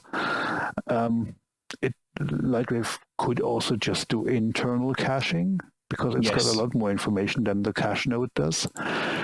And yeah, there's a few things that could be done there just to speed up the evaluation of the nodal graphs themselves. Yeah. The good thing is at least the material nodes themselves are a lot faster now because the nodes actually don't do any ray tracing. Yes. So at least that's something. Yes, it is. It is. It's just, I think the problem is a lot of people think that 2018 is slow. And I think it was like, no, it's just the anti-aliasing works differently. And we do have a problem with adaptive sampling, which hopefully this addresses that issue. And it should show its true speed. I think it's like when you do like very low samples, it actually is incredibly a lot faster. It's just no one renders like that. That's the problem, and hopefully we will address that. But yeah, there were a lot of really. I used to tune in every time you did it, or not every time, but a lot of them. There was a lot of really cool stuff. What we did on Patreon also influenced what we want to do in the future. Because the whole idea of having those interactions with our customers and showing our work early and having them, interact with us and maybe vote on features and stuff like that. That's something we want to keep doing moving forward with our next product. And basically try to combine more traditional closed source software with a more open approach to developing it. So, taking a slice of the more open sourcey things like Blender do, for example. Because I think it does make a lot of sense to really involve our customers, our users into development as well. Yeah, Patreon is a perfect example of that, I think. Yeah. I mean, it may not interest everybody, but there's enough people that are interested in listening in and just, seeing how you approach certain issues and how you design things and why you make certain decisions in your software and why you can do something and can't do something else. And even if only 1 in 10 or 1 in 100 customers is interested, it's still, I think it's still something very valuable to do, because in the end, it's also going to multiply outwards when, customers interact with each other. So the word of mouth goes out and, oh, look at these guys. They, when they develop something, they actually inform us of what they're doing and why they're doing it. I do like the idea of treating customers the way I like to be treated. I think there's a very fine line, because I think informing the customers of what the limitations are means that you won't get the archetypical Homer Simpson car. We went the customers and they designed this, and you're like, wow, that looks terrible. It's incredible. Remember that episode of The Simpsons where he designs the perfect family car, and he puts the children in a separate bubble at the back, and you're like, yeah, that's incredibly implausible, and it won't work, and it'll be incredibly expensive. So it's that kind of thing of you do need for the customers to actually have a feedback in the process, but at the same time not to totally guide or lead it, because it'd be that would be inefficient, implausible, and expensive, and that's not what you want. I think the worst thing you can do, and that's regardless of whether you have a more interactive approach like we do or a more traditional one, like let's say LightWave Group does when it comes to feature requests, is I think if as somebody who designs that feature for the application, if you take a customer's feature request and implement it 100% how they requested it, you're not doing your job. Yeah. Yeah. I mean, there might be the rare case where you can do that, but I would say the customer knows exactly how that would be written in a way which is LightWave suitable. But then you also want a customer that thinks of all the other customers. Yes. Yeah, true. That's the trick there, and most don't. Mm-hmm. And, absolutely. And I think, if you just if you don't modify that or think of the other customers as well, then you're not doing your job. True. I think that's why there's a fine line to walk, but also that's why it makes sense to educate the customers and tell them what you're doing and why you've changed something or why you're not implementing feature A the way somebody requested it, and why you're changing it, why you think that it's a better way to do it this way. Maybe because it's more flexible, maybe because it takes another feature request as well and combines them, or things like that. LightWave's been very guilty of that in the past, where you see a tool and you go, someone in a studio literally asked for this exact tool, and because they were a really big and important studio, they implemented it exactly as they asked, and you're like, but no one's going to use this apart from that studio. Else. Yeah, exactly. A good example of that is the adaptive subdivision feature. I don't know how many actually use that. That was essentially requested by Digital Domain when they were working on the guy that gets younger and younger instead of older and older. Benjamin Button. Benjamin Button, yes. And they were actually. It's not very good because it's very unperformant, and it's not very obvious what you're going to get. The UI is a bit confusing. Yeah, but that was essentially a cooperation with the guys at Digital Domain that were sort of toying around with LightWave, and they had LightWave 9, and they needed something that allowed them to do sort of adaptive subdivision thing, and this is what we got. They of course moved on to other tools after that, but yeah, it's one of. I think that is a good example where it feels like it's a good idea, but it doesn't feel like it was implemented to be user friendly or know. And now I think that we need to give them a bit of a slack here, because nowadays LightWave is owned by users and not, well, at least the people that make decisions are actually users themselves. So that feels, and so far what I've seen, it looks very promising. The new painting things and with what it's called, instances and stuff like that. Yeah, the instant painting tool. Yeah, and now with I don't know if you saw anything, but Michael, but they have they implemented a new weight paint tool that is super easy and fast in layout. They have it's so many things. Actually, I don't know. I did actually see that, and then I was wondering, wait, there's metamorphic as well. Oh yeah, they have metamorphic, and it can do the same thing. Why are there now two tools that kind of do the same thing but differently?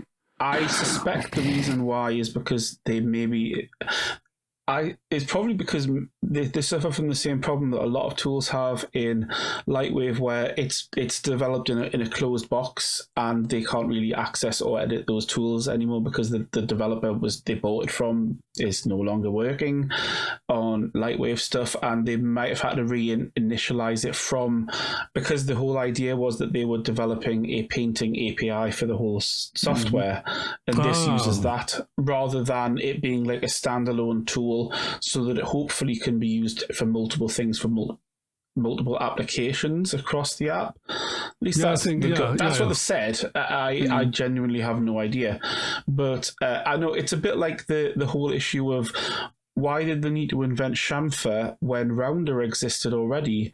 And the answer is they don't have the code for Rounder, obviously. They have the plugin, and that's it. It's baked. You can't do anything with it. Metamorphic isn't that old either. No, that's why it would surprise me. I know that, for example, what was it? Oh yeah, for the spline toolkit in the db&w tools, I used the dope sheet at the bottom that you can extract from the timeline, which I think, except for IK Booster, nobody else uses. Yeah, true. Yeah, and I remember actually talking to the developer who initially wrote that part of the SDK 15 years ago. So I had some very detailed question about the behavior, and he was like, "Don't ask me. I have no idea how it works." Wasn't that Ino-san? Ino-san is actually... It wasn't Ino. No. It wasn't. Okay. It was no. I think it was Dave Verba or something like that. I mean, he's great, but obviously, if you've written something 15 years ago and you want a detailed answer to something, but yeah, that's another cool thing I want to mention, that Ino is now back helping out with lightweight development. I believe I heard that Ino actually wrote the tool, the weight painting tool. Okay. Okay, the new one, you mean? So it's possibly related to the fact that he wants to tie that into the whole way that his other tools work as well. Don't know. We'll find out, I guess. Yeah, we need to get that feature list. Do you know if they posted a feature list yet? Not aware. But they're posting the videos, but I think they're just doing some small edits to them. But anyways, now we have sort of looked, if we go back to the interview, so we have sort of seen... Are we in an interview? I forgot we were just chatting. Yeah, we are doing an interview. So now we have seen all your current products, more or less. Pretty much, yeah. And then you have a new product that you presented last week at FMX. Yeah, that was the first time we revealed it to the public. Yeah, so perfect. Take it away. So the new product is Vi, which is Italian for Go. And it's a VFX asset inspector. So actually, let me just... So, yeah, here we go. I wanted to show this one. So basically, the production pipelines are getting a lot more complex now than they used to be. Whereas, back when most of us started, you could, afford one 3D application and that was it, because it was too bloody expensive. And nowadays, you use like Houdini for Sims and Maya for character animation, and you mix and match depending on what application you need for which strength you need. And the downside of that is that you need a pipeline where you transfer data from one application to the next all the time. And some file formats are better, some are worse. USD is making big strides nowadays, but still something like FBX is being used. Sometimes it's just an OBJ. You have different formats or an Alembic file, depending on the use. The problem is that you don't actually have like one single application that allows you to view your intermediate files. So USD, you have to use the USD viewer, either the one by NVIDIA or the one by Pixar. For an FBX, you have either the Microsoft 3D viewer, or you have the one by Autodesk, maybe a third-party one as well. For an OBJ, there's like a third-party viewer. Alembic has its own viewer. Of course, for images, you need to use yet another viewer, but there's nothing that allows you to do everything at the same time, or view all the different formats at the same time.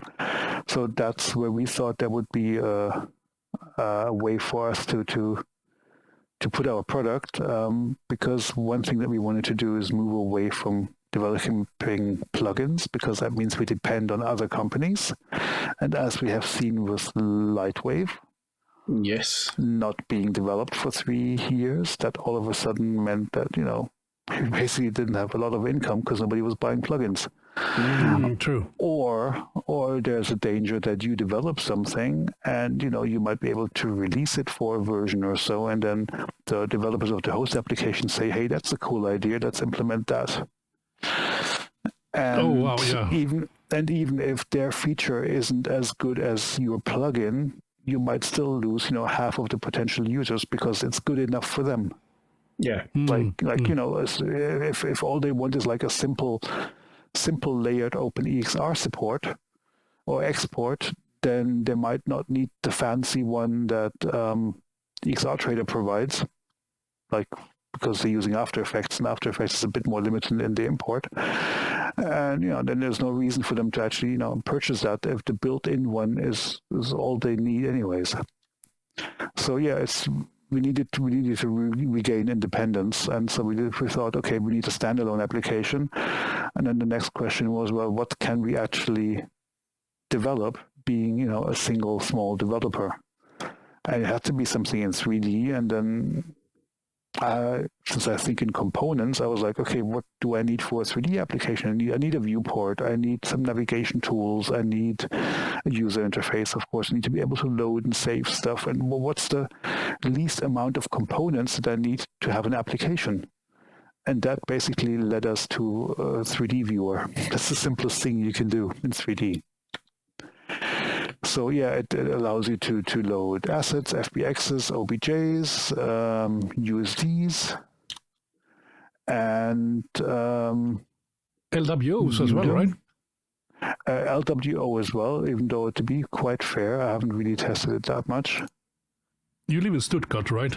Yep. And the FMX was where was that? Stuttgart. In Stuttgart, okay, 15, wow. 15 minutes away by foot. Oh, wow. Just down the road. Just strolling in there like you own the place. Yeah, basically, yeah. Cool. All right. Okay, so this is actually the application. So this is the application, and this is an FBX, and you can play back the animation. Cool. Yeah, still some glitches, and you have the ability to change the lighting that's being used, environment map in this case. A few things that actually don't work in this build. And one thing that is fairly unique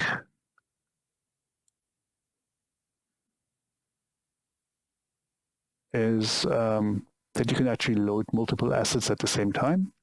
So now I've got this Roman soldier, and bam. All right, two different display ports. That's super nice. That's really clever. And to go one step further, I mean, you can dock those windows, whatever you want to do. Let me just load. Yeah, I mean, probably a lot of people are going to multi-screen that as well, aren't they? Yeah. Let me just load the third one. On the demo, you have to just do it on one. Yeah, Terrible Viking as well. Nice. And yeah, this is the FBX import, which is still not quite there. But the interesting thing is, I can also do things like activate an A/B comparison and see two meshes at the same time. And this could, for example, be the same mesh with different versions of an animation. Yeah. Or maybe different shading or different shading or whatever. And, or different lighting And different lighting. Yeah. And basically, compare them like an A/B comparison in Fusion. Very nice. Same principle.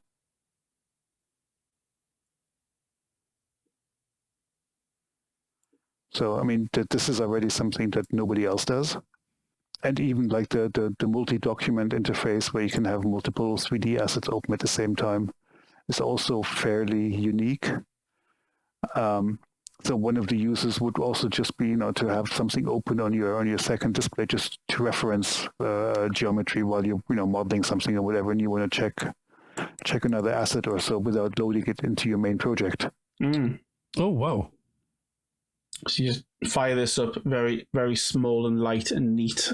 And just pop it open and go, all right, yes, there, and slide it along. I can change the lighting, go, yep, that's gonna work in my project. And the interesting thing is that internally the whole thing is USD based. So the FBXs that you're seeing there are being converted to USD, and I'm using the Hydra USD OpenGL viewport to render it. There's also like a metal version, which we're not using yet, and also a Vulkan version. Nice. So we're basically automatically future-proof, which is nice. Do you plan Linux as well? We are planning for Windows, Linux, and Mac. Okay, cool. In actually even in that order. So Linux first, then the Mac version. There's no chance for an Amiga version? No, I don't think so. I have a question. Is it possible to, because right now you see this debug text or whatever you could call it. Is it possible to turn that off? Yes. Oh, there we go. I just didn't do it earlier because there was some clipping issue, but it's working okay. Yeah. And this might not be available initially, but this is like the USD file that has been created, so you can kind of the hierarchy and everything. Yeah, this is currently basically for me for debugging purposes at the moment, but eventually this should be exposed as well. Oh wow! And cool. There will be. And what's interesting is that the user interface down here, that's being automatically created from the USD file. Ah, wow. So, and even, which is quite neat, we have some preferences here. There we go. Which are super simple right at that moment, but you can also change the keyboard shortcuts and stuff. But even the user, the preferences are actually USD files. And the whole settings interface is created automatically from the USD files as well, which is fun. It's so nice to see this, because the aesthetics of this reminds me a lot about the aesthetic of your plugins for LightWave as well. Right? I mean, you have a very nice taste in okay, thanks. In UI. That was tricky because this was my first time really working with Qt directly. Mm-hmm, yeah, okay. And so my first custom user interface control that I wrote is the timeline down here. This is all custom. Okay. So yeah. Wow. And there's many things we can add on top of that people will be able to vote on. That there's many different directions this can go. And the idea is to have something for single users, small studios, medium-sized studios, and basically we're looking at the VFX and the game customers first, and then we'll just see where it goes. Yeah. I mean, silly question. Realistically, how big assets could you load in that? Or I haven't actually checked, but very big. Something like Lucy, for example, which I only have on the NAS, which is currently turned off because it's a bit loud at the moment.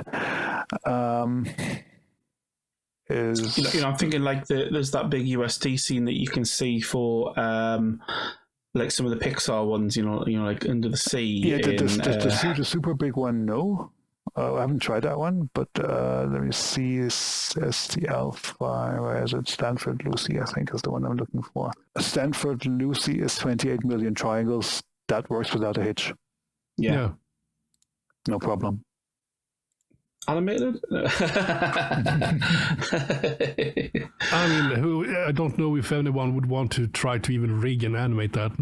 Yeah. Well, I mean, probably throw an animated displacement on it and bake out a cache or something like that, because you can load alembics and stuff like that as well in here, right?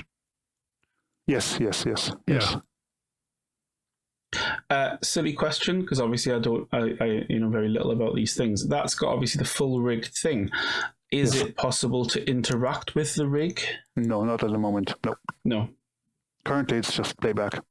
Just playback. Yep. But you can, but obviously showing you all the elements and the in the components. Yep.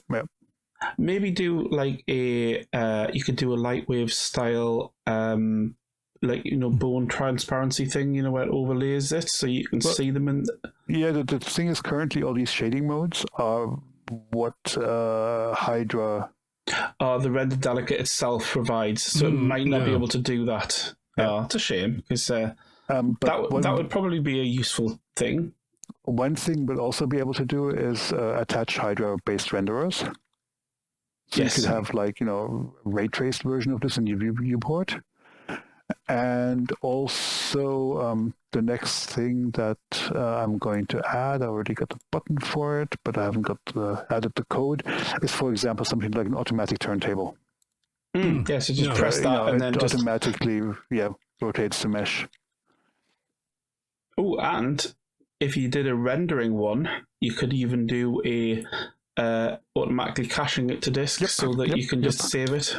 Auto RAM. Yep, absolutely. Yeah, very good idea. That's. You're using Hydra right now, and yes. is it possible to implement other render engines into this as well? Well, that's the nice thing about Hydra, because other render engines can use Hydra to receive their data. It's what you call a render delegate. And for example, you have Arnold, you've got V-Ray, you've got some other third-party renderers as a Hydra render delegate. So it's like a target for Hydra. And for example, you have the... I'm not sure if this one works at the moment. No, it doesn't. Oh. But this is the Embry one, but it doesn't work. The built-in Microsoft ray tracer. But this is basically where you can select the renderer, and you can add more, and they should show up here eventually. Oh, that's super cool. Yep. Yeah, I mean, the Embry renderer is quite powerful from when I've seen it in demos. The only problem is, as we all know, demos and reality are not the same. The number of times when NVIDIA used to in the past years go, oh, this will be in the next game. It isn't. It still isn't. It's just too advanced or too fiddly. Yeah, but I really like the overlay there where you can actually have multiple assets and just look at it. Or, and I'm thinking, if you want to see the same prop with the same shading in different lighting conditions, and you can just use that and overlay Oh, you have the UV checker to check your UV maps if that's okay. One thing I want to add is the ability to have like an image viewer, so you can see all the textures that are applied to an asset. Oh yeah.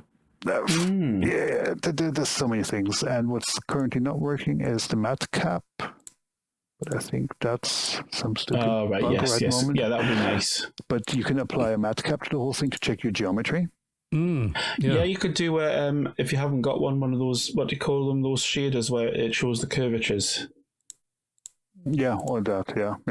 Like you know what I mean, like an instant angle shader, just so you can get like there's a bit of a wobble on that back quarter type of thing. So there's certainly things to add that allow a more technical view of your geometry. And for example, one thing that would also be possible as a comparison is basically to subtract one alpha channel from the other. So you can just look at the difference in silhouette between two meshes. Yeah. Yeah, silhouetting is very important in games. Yeah. So yeah, plenty of ideas, and again, that's a nice thing about it. We can show, or we can suggest what we want to do next, because we can't do everything, and then we will have options like, okay, we can have like this shader, or we can have this silhouette thing, or we can have like a preset functionality. What would you guys like next? And eventually, we also want to move to a release cycle that's a bit similar to what Blender does, where we're going to have like a long-term version, which just gets bug fixes, and then like a current feature version, so that studios can rely on the long-term version for the next 2 years or so. They have a stable version to work with. Whereas if people are a bit more adventurous, they have a version with the new features that we've just added. Yes, or that new renderer that's a little bit wonky and sometimes crashes. Exactly. Yeah. But is very shiny, so everybody wants to play with it. So yeah, there's a ton of ideas of what we can do, like VR, AR, yada, plenty of stuff. No, it looks very exciting. And also what's interesting is that we already have a scripting interface in there, which isn't Python. But almost every command here is a Lua command, like in Fusion. Oh, okay. Just because Lua scripting is super easy to implement. Python will eventually come as well, but not right now. I think it's something that's just simple to do. I mean, it would be really good to do like batches, like say you've got 50 game assets and you just want to go, right, we want to do a little turntable. Yeah, exactly. And we want to be, 60 frames, drag those 55 objects on it.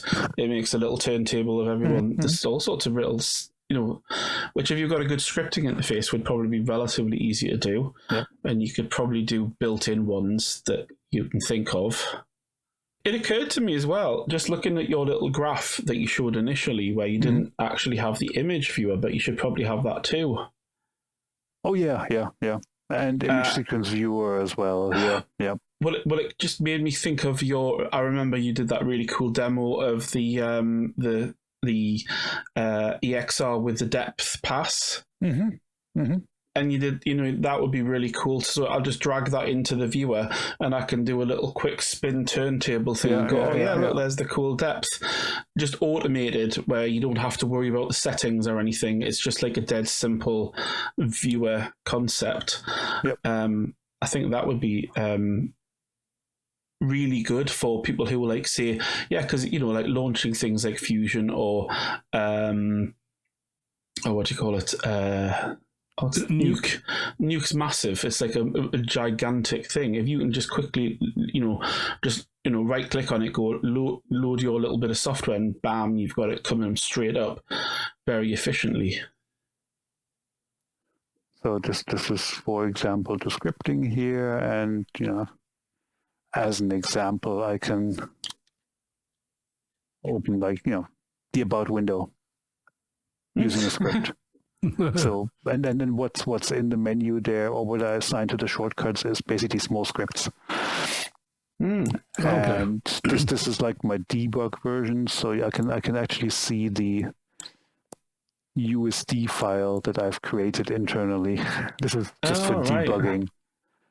It was super important to do because then you can read back what it's doing. Yes, if it doesn't show anything in the viewport, how else can you see if it did something useful? Yeah, because if you just open up the little debug and it goes, it failed on this line, right? I can try and work out what. Yeah. It's and FBX is just a pain to import. FBX, that's got to be probably the hardest one to implement. Yeah, it is. Yeah. But because USD's done with this in mind, whereas FBX is just terrible. And it's also a moving target. Yes. But the problem is FBX is a must-have. Oh yeah, exactly. It is. 100%. It is the thing that everybody will want, and it is the thing that you'll probably struggle the greatest amount with because everybody does. Wow, this is super cool, man. When can a person expect to be able to buy a license? Well, the idea is that we do want to have like a pre-release version. So it's gonna be relatively cheap, as in maybe $100 or so for the pre-release, and then we will have to just polish until we are confident that we can now call it a 1.0. Okay. Which will be things like obviously FBX support. If the FBXs don't work the way they're supposed to, we're not going to call it 1.0. Silly question. Would you support something like a USD export as well? Yes. Right. Because it occurred to me, because FBX is so awful and inconsistent, if you can get it in and then just go, right, we'll just export that to a USD, which is a little bit less of a moving target. The thing is, we don't need to export to a USD because it's going to be a USD internally anyways. Okay, so everything we import is going to be USD internally. What I mean is, So if you could say, like, you are having a problem getting your file, your FBX from X going into Y, you could open up in your tool and save out a USD. Yep. Which could be another potential because of the whole problem. Yeah. That's super cool. Like, you might open it up and go, why is it everything flipped? Well, I'll just run a quick script that flips it upside down, make sure that it's correctly aligned in the access, save it out as a USD. Yep. Yes. That's it's incredibly sort of basic. Because there's a lot of it reminds me of things, like there's a bunch of image viewers like XNView and stuff where they almost can do like basic editing things without being a paint app. You can import it as things, export it as other things, batching things, and it's this sort of idea but for 3D. Again, that will depend on what people want. I mean, one thing that I'm really interested in is turning it into more of a review tool, where people will be able to grease pencil over a mesh or maybe even animation at a certain frame at a certain position and say, this knee should be changed. And then you can, the supervisor sends the project back to the artist, and you can open it in his copy of Y and click on a list of changes, and then Y just goes to the frame of the animation at the same angle and says, okay, this is where you want to change. Oh, okay. So here's another question, because when we review stuff, we usually look we actually upload to what was called Shotgun, that is now called Shot Grid, which is now changed to Flow. It's now called Flow. Yeah. Would it be easy? That's I still call it Shotgun. Anyways, would it be possible to actually integrate Vi into something like Shotgun? I would. I'm not sure. But I'm sure that one can find a way to do that, yeah. And it's also one of those things, now, if enough people say this is important to us, then that's going to be the next thing on the list. Interesting. Absolutely, yeah. Or at least, okay, if I click on this link or something, it opens up Y and it opens up the asset, and Yeah. Cool. Wow, this is super nice. So that's what we basically. I mean, this is basically what we had to do. Yeah, I understand. It's the next. I've been seeing little snippets of this over the years, and it's really coming along. From I made an interface, but nothing works. To it's got some really cool features. Definitely very cool. Oh yeah, the initial tests were very, very different from this. That is world premiere, not world premiere, but for us it is a world premiere of a new tool called Vi. We shall. Well, I mean, not many people will have been to. No, there was a handful, a true handful of people. So well, now more people can see. Exactly. Yeah. We'll get the word out. Yeah, it's going to be interesting. I mean, if you also can get like LWO support and that works stable, I mean, it does support LWO2. I'm not sure if it supports the latest version because I'm actually using a third-party library for that. Oh, okay. And last time I checked, it did crash, so I'll have to double check again. Maybe send them a bug fix or something. But yeah. Yeah.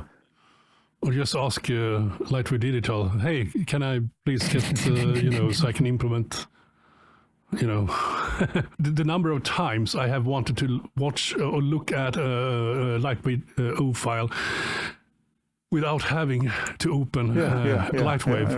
It's because Vi opens really quickly as well. Yeah. And the thing is, and surprisingly enough, LightWave isn't even that bad because you at least have an option to quickly open another modeler. Yeah, sure, but then in Max or Maya you don't. Yeah, that's actually very true. Yeah, that's and especially if you turn off the hub, so you use this then LightWave is super quick to open even now. So that's okay. Maybe Because once you get into the comparisons or things like that, it's already a different story. Yeah, exactly. Yeah. Do you think there'll be any possibility of it actually ever opening LightWave Scene? I'll have to actually check if the library that I use supports them. It could be that it does. I don't know. I'll have to see. It would be fascinating to see if you could do it as a quick intermediary. You could take a LightWave Scene, open it, and save it as a USD. Yeah. Oh, that's actually a really good idea. Because currently LightWave itself doesn't actually do that. That is true. Yes. And if you were, and it supports loading the textures, etc., and you can export it straight as a LightWave, as a USD scene. That would be a really possibly a good use case for LightWave users. Yep. That's got a weird shader. I suspect that it's like it's an extreme value on the. It could be the light. It could also be the shader. It's like default surface. I think it has got like too much too high of a roughness or something. But yeah, this is 28 million polygons. Yeah. Barely any. And I think I'm frame capped here at 1,000 frames per second. Oh, 1,000 frames per second. No. It needs 60,000 frames per second. Put it this way, my frame counter is basically, it's calculating the time per frame in milliseconds. And if it's the lowest it can go to is 1, which makes it 1,000 frames per second. So yeah, it's super fast. That probably needs to be measured in nanoseconds now or something. Oh yeah, that's super good. Very responsive and very fast to load as well. Yeah. Which exactly is the thing that you kind of really is a must-have. Otherwise, this wouldn't be that useful a product, would it? Yeah. It's got to be as performant, lightweight, and as to make it that like, I won't even think about you, because you'd be like still waiting for Maya to load 20 minutes later. Yeah. Oh god. Whereas you just want to be like, bang, oh there it is. That's exactly the model I needed.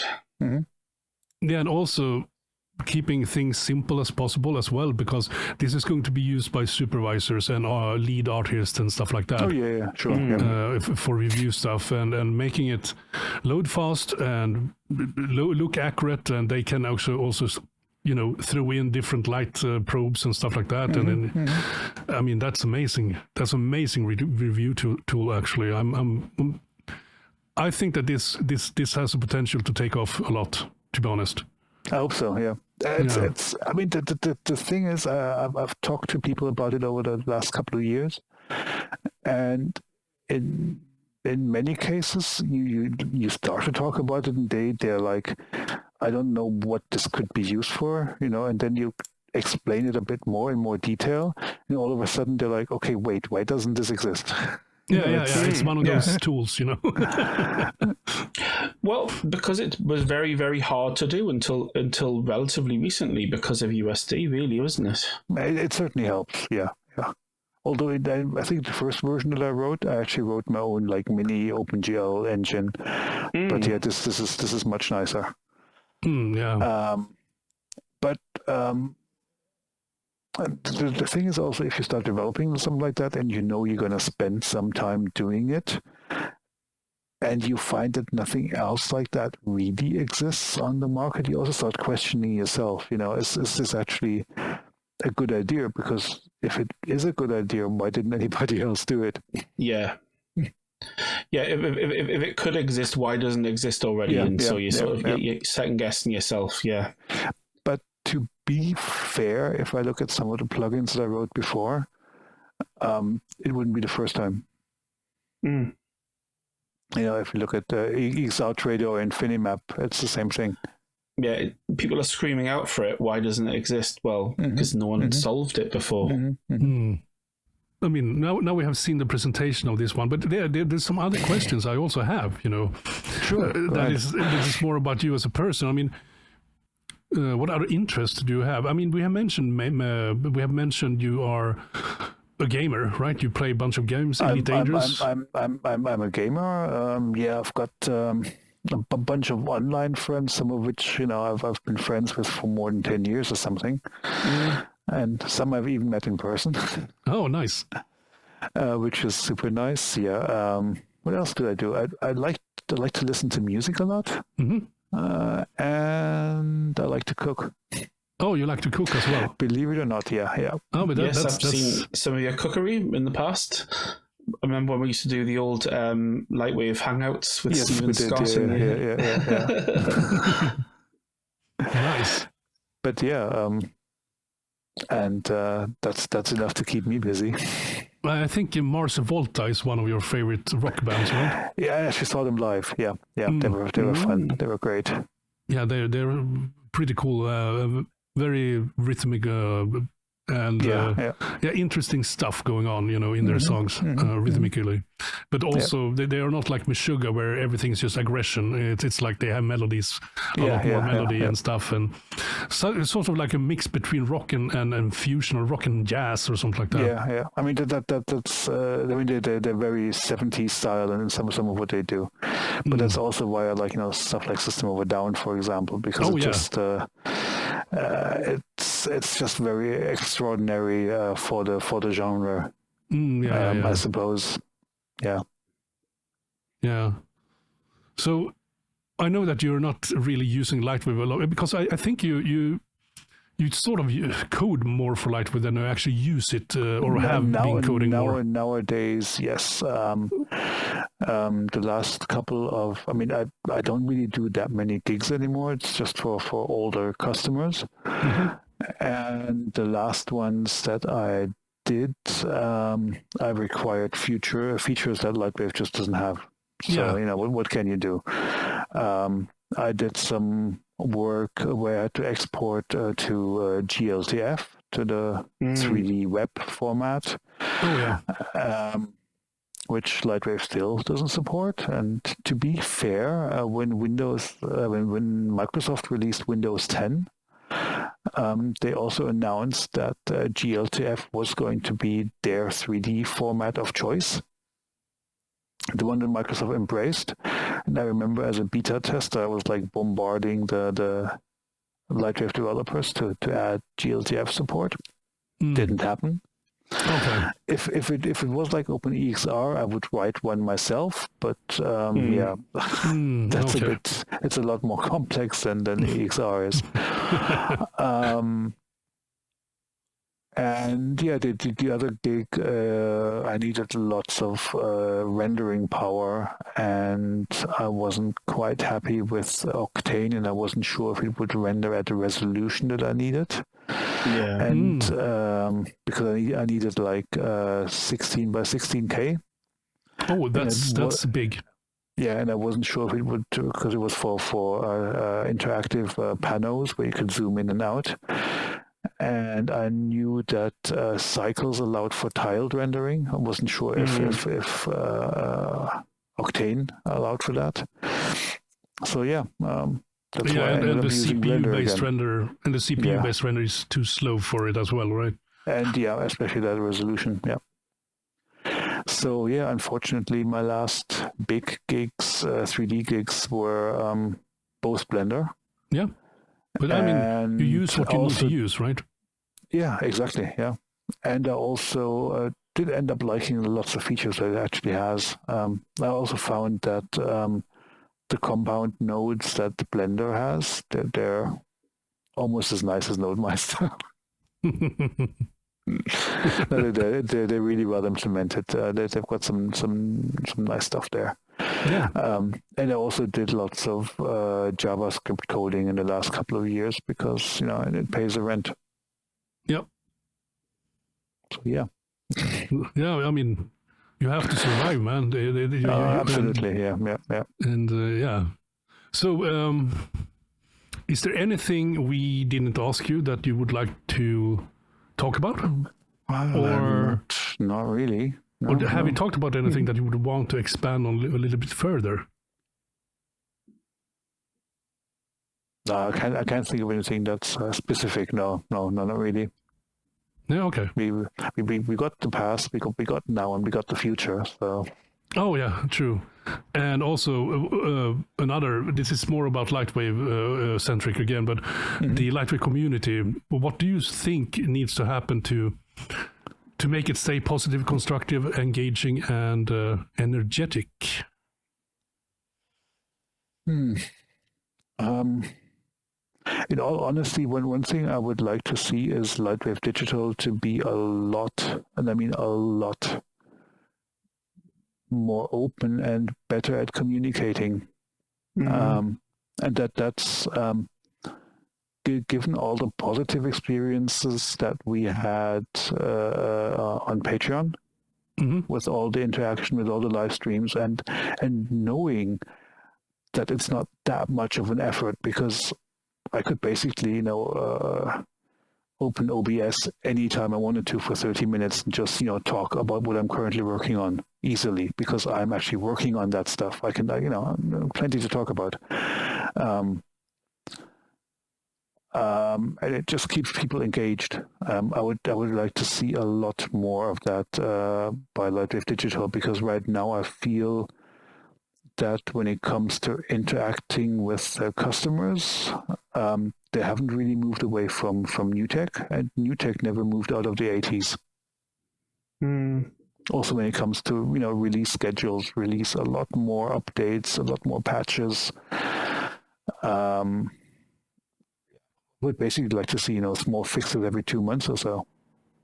I mean, I think it's better than during the new tech days, because they are still approachable.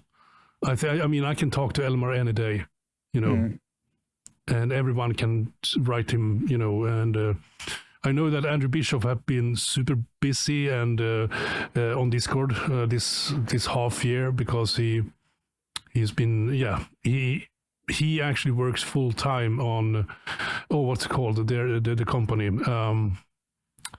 But he is the what do you say, lead animator or something like that. And he actually do the LightWave the LightWave thing on his spare time, more or less. He doesn't get any money from working. Yeah, but then he needs to hire somebody. I mean, it's you can't. But yeah, I mean, it's not the customer's problem, It's. But yeah, Elmar and Juice are usually very, very responsive. I would say. Yes, they are, and not on the same. And I guess it's a Discord thing because it's a direct message tool. But I think Juice was really good at answering emails as well back in the days. I mean, it's just one thing I'd like to see is something like developer update or bi-weekly developer update. I mean, there's the stuff that they do at Blender in that regard. Yeah, it's great. I mean, granted, they just go through the bug reports, which are public in their case, and these bugs have been fixed. But you can do the same thing. Just pick like 2 or 3 things that have been worked on for the last month and just show the progress. For example, a good example of that, they have announced a bunch of things that are coming into 2024, right? So there's no secrets. I mean, they are going to implement this, that, and that. And to be fair, I don't see any technology within LightWave right now that I would consider to be a trade secret. I don't know. That you don't want to show because anybody else would copy it. It's more really what they should be trying to do is, as you say, get the community involved in looking at it. So, like, here's an example of us using this tool. What do you think would be a good suggestion? Now, of course, you'll get a lot of people who just come out with stupid answers, which is the always are. Of course you do. Yeah. But then there'll be a lot of people who will come out with really good ideas and go, well, how about if you move it there, or how about you have these buttons here? So maybe they should break it down into doing like maybe a bi-weekly or something, and have someone do a basic like talk through. I think the main thing I came away with when I was at the various live talks, just from my perspective, I thought they were really good and very positive, and people were very excited and all that lot. But it did feel a little bit like there was some people who were just being like, haven't had any oxygen for a few months, and they just suddenly go, and then they go, copy and paste that exact same list that I put out on the Discord every few weeks, and no one answers. And the answer is because it's a ridiculous list, and no, we can't answer all of those. And you just get, oh, it's just the same as Discord. And I think part of the reason why that's a pain is because they just aren't talking enough in this sort of format. Is they would just get, this week we're going to talk about this. If you've got questions about other things, shut up. Yeah.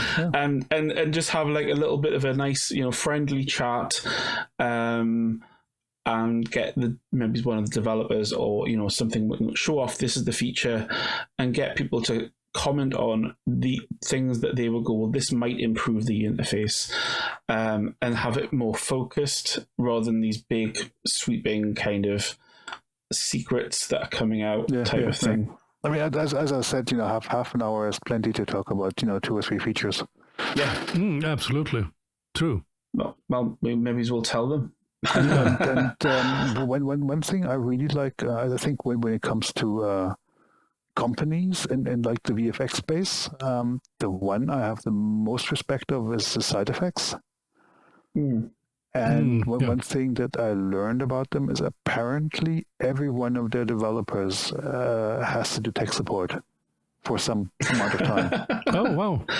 That makes a certain sort of sense, yeah. So they either go out to the studios and, interact with the customers there, or, interact with them online or whatever, so that they can't isolate them from themselves from the problems that the customers have. Yeah. And I like that approach. Because it's a bit like, they say eat your own dog food. It's a bit similar to that, because it's basically eat your own problems. If you create a bug or something, then you have to deal with the fallout that your customer has. And I like that idea. Yeah. And I remember when we released the pre-rendered cutscene for Warlords of New York, an update for the Division 2.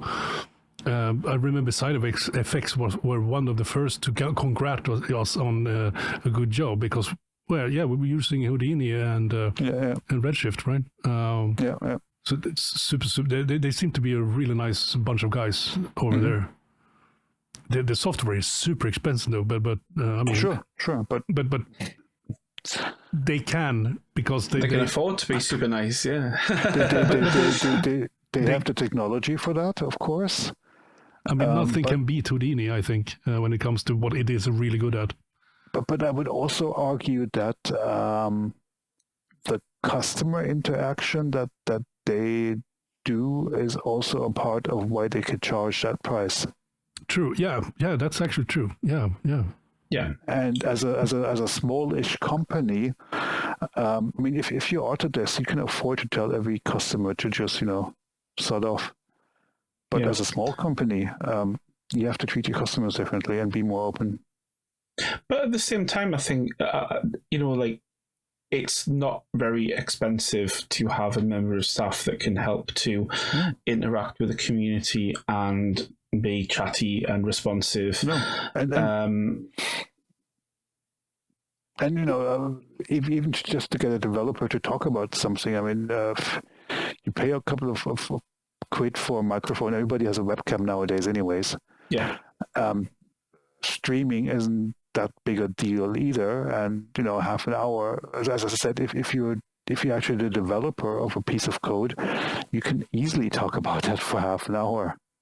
No problem at all. Yeah, for example, now that Elmar has lined up the fact that, we are going to do these changes to the render engine, it would be nice if you could sort of, now we have implemented this change, let's do a live stream, and then just show and tell, right? Yep. And then maybe there are options like, we could implement it this way, or the next thing we could implement it this way or that way. What do you guys think? And then of course you have to erase all the stupid things because that's going to come. It's always easiest.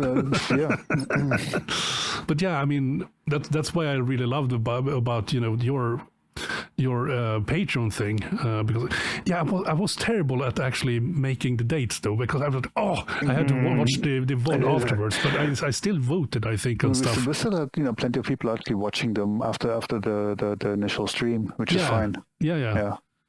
I mean, I did make quite a few. Yeah, yeah. I even asked silly questions occasionally. It was fun. As I said, we actually considered that to be such a valuable experience for us as well, in terms of being able to produce a better product. That's also why I'm suggesting it for, LightWave. Yeah, exactly. I mean, I'm just asking. I know you can't commit to anything, but are you planning on keep on doing the this, even if it's not as frequent as every month for your Patreon? We'll see. I've no idea. It depends on what happens to why, and also on the interest of the LightWave community itself. I mean, we since we are pausing, we did make it possible for people to buy our plugins as well as the tools on Gumroad now. Yes, that's true. What happened with that? How did that go? It went well. I mean, we had I think about 11 people that bought the tools, and we also gave them the option to pay more if they wanted to, and some did, which was surprising. Oh, that's really nice. Wow. Yeah, that's nice. What did you ask for? What was the sort of the €10? Wow, that's nothing. No. That's like, I think a pizza here in not here in Malmö, but pizza is actually more expensive. Yeah, if you go to a good place and you order a calzone or something like that, at an Italian, that's 120. That actually more. That's Well, I mean, to be fair, that was always the idea with your tools was that it was the idea. Yeah. It was just meant to be an affordable thing, so that you're getting these little niche special tools that you've customized, and it's not meant to be some like incredible, huge, giant, epic work that's going to take you forever to make. We did actually have people that said could we have something like the spline tools as a separate product? Spline tools. Yeah. And I was like, the thing is, if I were actually to extract them and, have maybe add a licensing system and, then have every customer get his own license or so when they mail us and purchase a copy, I'd have to charge like €100 for it. What? Whereas now you can get it for as little as €3 or €5 per month. And if you stop paying, you still have the bloody license. Yeah. Why do you want a separate privilege?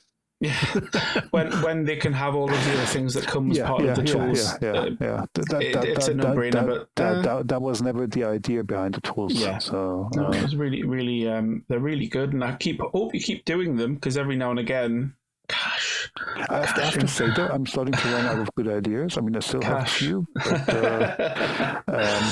but you always will. I will have to ask for a round of ideas tomorrow or so, and also apologize for not having paused the whole thing. But yeah, what happened to us is that... I'm happy to Good. Because I have a really well-paid job and I have lots of money. I'm more than happy. So. I would have stopped the Patreon if I didn't want to pay you, so that's, again, fine that's for me. Another thing, right? The sad part is that I think the lowest cost is $3, right? Yeah. For the personal version. And I don't know if you want to disclose this, but there are under 100 people that are on your Patreon. It is completely in the open. It is in the open, okay. Yeah. Here it says $340 a month, 72 total. That's public. Because 72 people. Yes. That's like. I mean, if you look at the active LightWave community, it's probably about a couple of thousand people, probably. I know that on the LightWave Discord, there's 1,500. What? 1.5? Yes, on the Discord. Yep. Yeah. Well, I mean, it's one of those awkward catch-22 scenarios, but maybe you need to do a round of advertising. And explain what you've been doing. And well, to be fair, you can't join at the moment because when it's paused, you can't join. Which is that's true. And you want to keep it paused. Yeah, because you want to focus on But you do have the Gumroad version of it that you. We do have the Gumroad version, yeah. But so we actually wanted to keep this public from the start, so people know actually what's happening. Mm-hmm. Yeah. And but what I meant is, if you post the Patreon thing, then it'll show them all the little videos and that's tied to it as well. Because it seems you're having to create an index of all of that for yourself. And I remember that we went. I mean, I don't think we ever had more than 70 paying members, and at one point we had a stretch goal of 250. We never even got close to that. So yeah. Wow. Okay. And then and I'm paying a lot, right? You're paying a lot, yeah. You are. I mean, we do have the different tiers. I'm like, which are, because I know that I can spread the tools to everyone that I work with and stuff like that. I have that tier. But I can't remember. You're a big spender. Wow. It's called this big spender. You're a big spender, yeah. Yeah, okay. As it says here, there's a limit of 5 people, and there's 4 remaining, so you're one of them. You're a big spender. Okay. So, yeah, nice. But that's good, because then I don't need to compete with, because I really like to have my name, there. It's paid to win, as they say. It is, yes, that's very much paid to win. Oh God. But yeah, last question. As you can say, our different tiers are all parts of songs or song lyrics or whatever. Yeah. Obviously. Oh, wow. I didn't even notice that. I mean, fight for the right to party should be obvious. That one's obvious. No, I think it should be like, what is that? It should be like, hey, big spender. It might have made it more obvious. Beastie Boys. Yeah. The Beastie Boys. You're going to fight for the right, to party.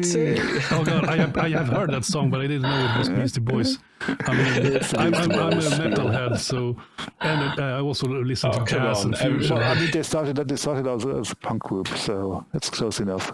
Yeah, it's to be fair, it's like I don't follow football, but if somebody goes, have you heard of this footballer, and it's someone who was like everybody's heard of, I've still heard of them. Yeah, like Zlatan, for example, Ibrahimovic. Yeah. Who's Pelé? Exactly. I've never heard of him. Diego Maradona. Yeah. Oh, I've never heard of him. No. But yeah, last question now. Sure. Who would you want to see as a guest on this podcast? Elmar. I've stumped him. I was actually thinking about Elmar.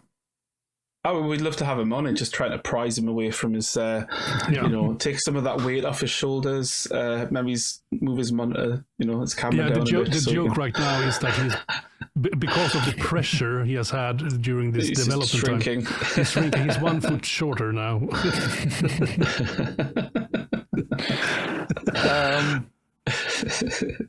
But yeah, Elmar was my first thought, so I'll stick to that. Yeah. We will definitely try and get him on, especially when he's got a little bit of spare time, which I know is probably never. Yeah, I mean, I contacted him during the events, and I was like, we really need. I mean, I really want to have you on. He's like, yeah, I want to be on as well, but yeah, let me see if I can find, when the pressure's a little lower. I don't. Yeah. So never then. it seems like it's going to be hard to get him, but it's a very relaxing thing. Also, I've heard. What is the interview is? It's very relaxing, apparently. Yeah, it is. That's what people tell me. Yeah. Yeah, I mean, I hope it is. I mean, how do you feel? Did you feel pressure? Perfectly fine. Yeah, no, I'm good. Yeah. Hey, dear me. Right. I think that's probably where we can call a wrap here, because I can't think of anything else to ask. I can't either. No, but then I would say just have to get you on again. Maybe when you've got the second edition of. Absolutely. You're absolutely welcome back. But I would want to thank you so much for taking your time now to talk about your history and all the plugins that you made, and this new thing, the new Y thing, that is super cool. It's sort of like I got this slogan in my head: "Why? Because it works." Yeah, that's not bad. I was actually thinking, well, one of my, I mean, you know that, my product names are always a bit wacky. I was thinking of a hoodie that just says, "Why not?" Yeah, exactly. Yeah. That's a really good. The thing that's really amusing for me because that's your riffing on the German English thing. Of course, it's actually supposed to, the thing is about the name. It's terrible in a way because it's so generic, and you can Google it and find lots of stuff like Steve Vai, like the guitarist. Oh yeah. For example. Steve Vai, yeah. But it was. Yeah, there was this funny commercial as well. I can't remember what it was about, but this Mayday. We're sinking, and then the Germans answers, what are you thinking about? That's terrible. But the nice thing is, it's Italian. It actually means go. And I talked to some artists here about product names, and there's this tool that many in VFX use to review their image sequences. It's called RV. Oh yeah, we use that a lot. Yeah, and RV is almost like review in a way. It's very close, and they use it as a verb. So they RView a shot. Oh yeah. Let's RView whatever. And so one thing I wanted is a product name that can be used as a verb. Yes, Google. I want you to buy that character animation, that walk cycle. Why that scene? And exactly. Yeah, it's a good idea. It's a very clever. Clever name. And so we will have to have a full name, like I know Vi by db&w or something like that. But I want people to actually use it just as Vi in production. That's I think if you make one of those T-shirts, I might buy it. Everyone wants that. And I'm like, you won't get it. Yeah, I would love that. Why not T-shirt and then the logo and then db&w at the back side or something. That was something because I don't know if you did the quiz, but one of the questions was, who designed the brand Bench, which I don't know if you're familiar with the brand Bench. No. Oh, it must just not be in Germany. In the UK, I've seen that everywhere, and I'm not a fashion person. I've got the same Bench. 10 of the same black T-shirts. Really big brand. Okay. And that was Jonathan O'Gar, because I saw him at the when we did the big meetup in Mansfield, and he did a talk all about it, and I was like, wow, that's amazing. Like, I've heard of that brand. And there were several of the brands that I'm like, oh my God, I've actually heard of that. You're quite big. Isn't he also, he has a position at LightWave Digital, right? Yes, he does. Yes, that's why he was there, because he was there supporting Andy and Joe and everybody, and Giles, who I wish I had more of a chance to realise. I thought he was just some guy standing in the background. Like, oh my God, he's like the managing director of the company. And I didn't know who he was. I hadn't seen his face. And I just because they were talking about like branded goods, and they had some really nice stuff. Like Joe had our own one cap that they'd made, and I'm like, that cap is awesome. And they basically got a production sample, and they went, that's amazing. And they went, oh, actually, we've sold out of that one now. You'll have to get a different one. They were like, oh. and it was just one of those things where I'm like, look, guys, you literally got to pick the history. You should do LightWave wear. And in the same way, I think, you should do some of your own merch, definitely. I remember we used to have a shop on Spreadshirt, because they would print on demand. That's where you got the U-T-shirt from. Yes. And I remember you could even at one time buy pieces of underwear that said Finest plugins on them. Nice. By the way, I just want to make sure that I have a good closing thing here. So I'm going to sure. Thank you so much, Michael Wolf, for taking your time showing this new plugin and also talking about all the other plugins. You have a great history with LightWave. You are welcome back anytime if you want to talk more about Vi and why we should use it. Pun intended. Anyways, thank you so much. Well, thank you for the interview. It's been a blast. And whenever there's something new to share, you'll be the first ones to know. Thank you all for watching and listening to this month's episode. Be sure to tune in next time so that you don't miss out on all the goodies we've got for you. In the meantime, if you have any news stories you'd like us to know about, you can reach us in the comment section or send an email to lightwavedigest@gmail.com with the word news in the subject line. If you enjoyed this episode, be sure to like, subscribe, share and comment. Your engagement is really important to us, so thanks in advance for your support. So until next month, always light the wave.